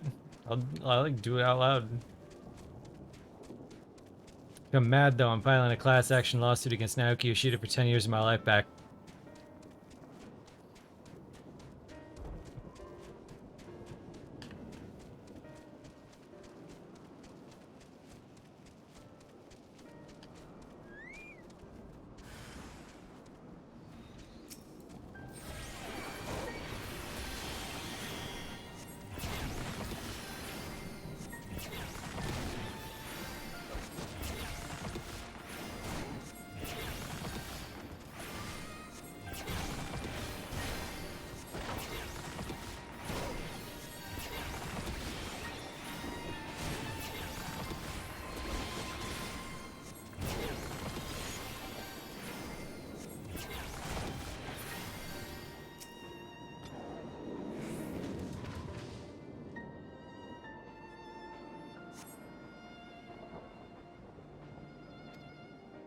Plus, like, I like to imagine what is going on while I'm doing these side quests. So if you remember, like, yesterday we did a whole bunch of side quests while the bunnies were trying to distract me and delay me, and it felt really effective, like they distracted and delayed me.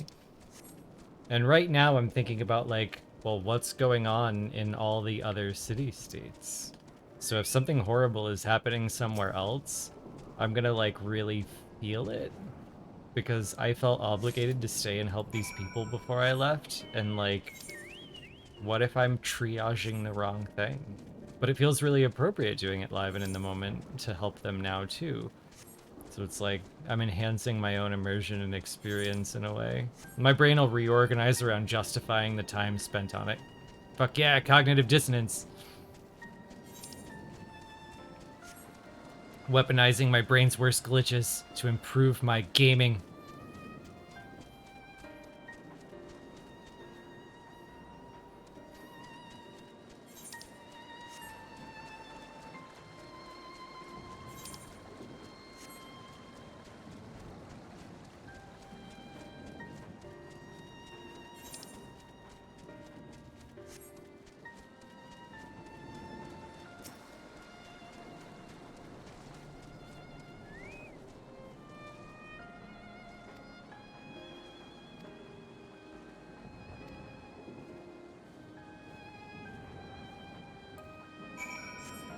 Maintenance will begin shortly. Hey, you're a few minutes early to be hitting me with that message.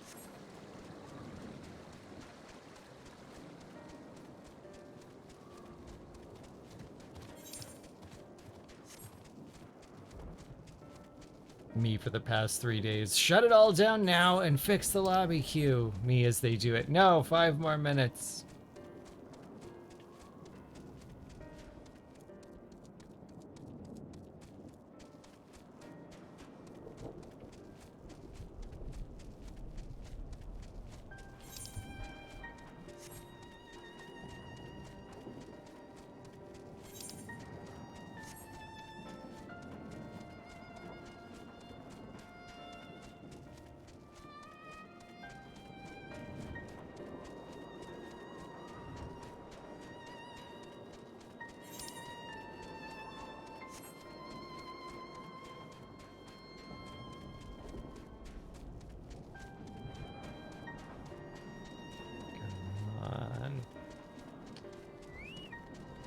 No, it is me. I am the unfortunate straggler.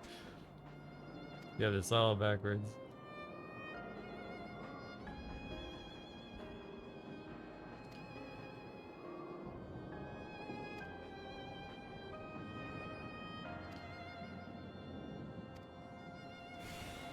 Don't get on your chocobo.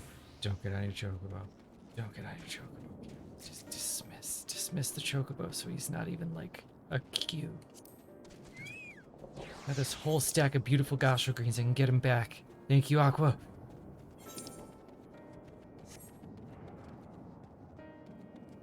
Oh crap! Chocobo, come back! I didn't mean what I said.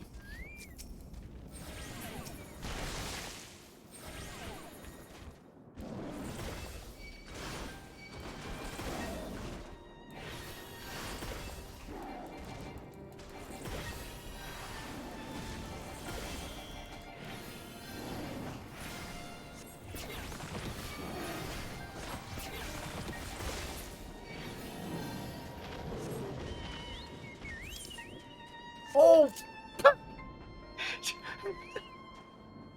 Fuck. Good. We're good. Don't panic. He's still here.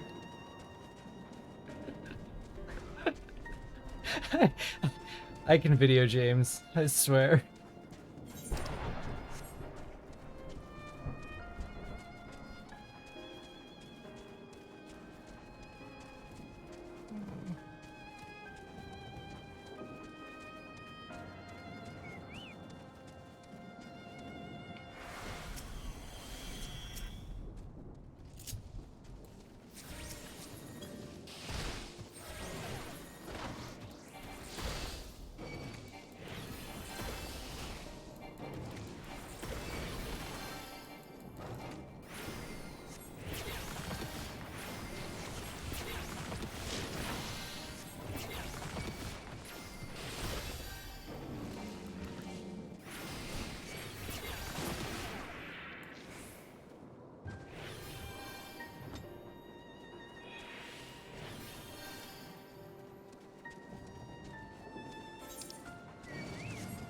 Man, breaking that muscle memory is horrible.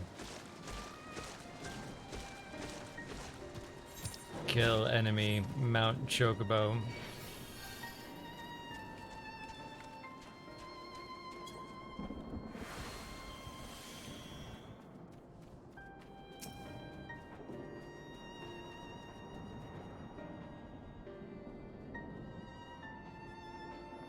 Later, evil.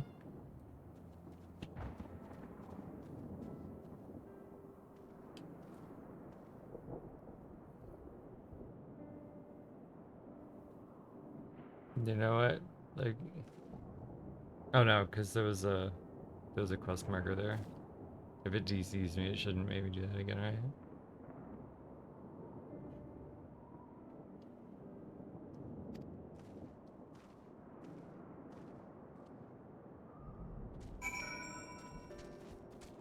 And we even made it back to a sanctuary. Total victory.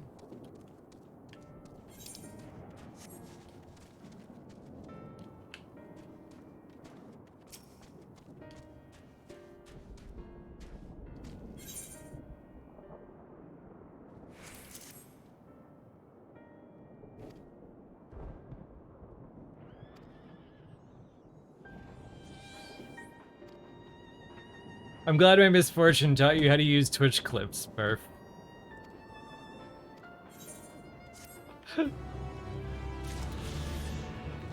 I learned how to use Twitch clips for Croatoan when he was playing Nier.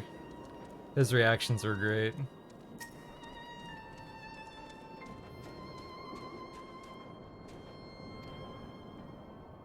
Oh wait, no, this is the wrong one again. No, decline. We're not allowed.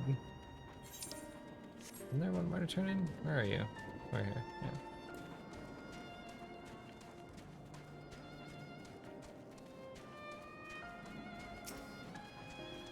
I've never streamed anything ever. I planned on being private forever. This is a completely unplanned life experience.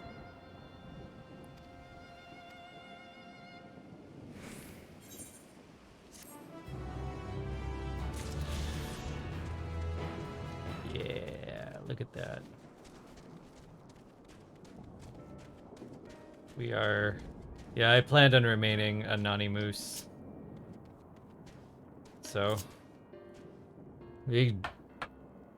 dragged kicking and streaming, or kicking and streaming. Yeah, we'll do that. I'm being dragged kicking and streaming into having more fun with the community, but I'm warming up to it.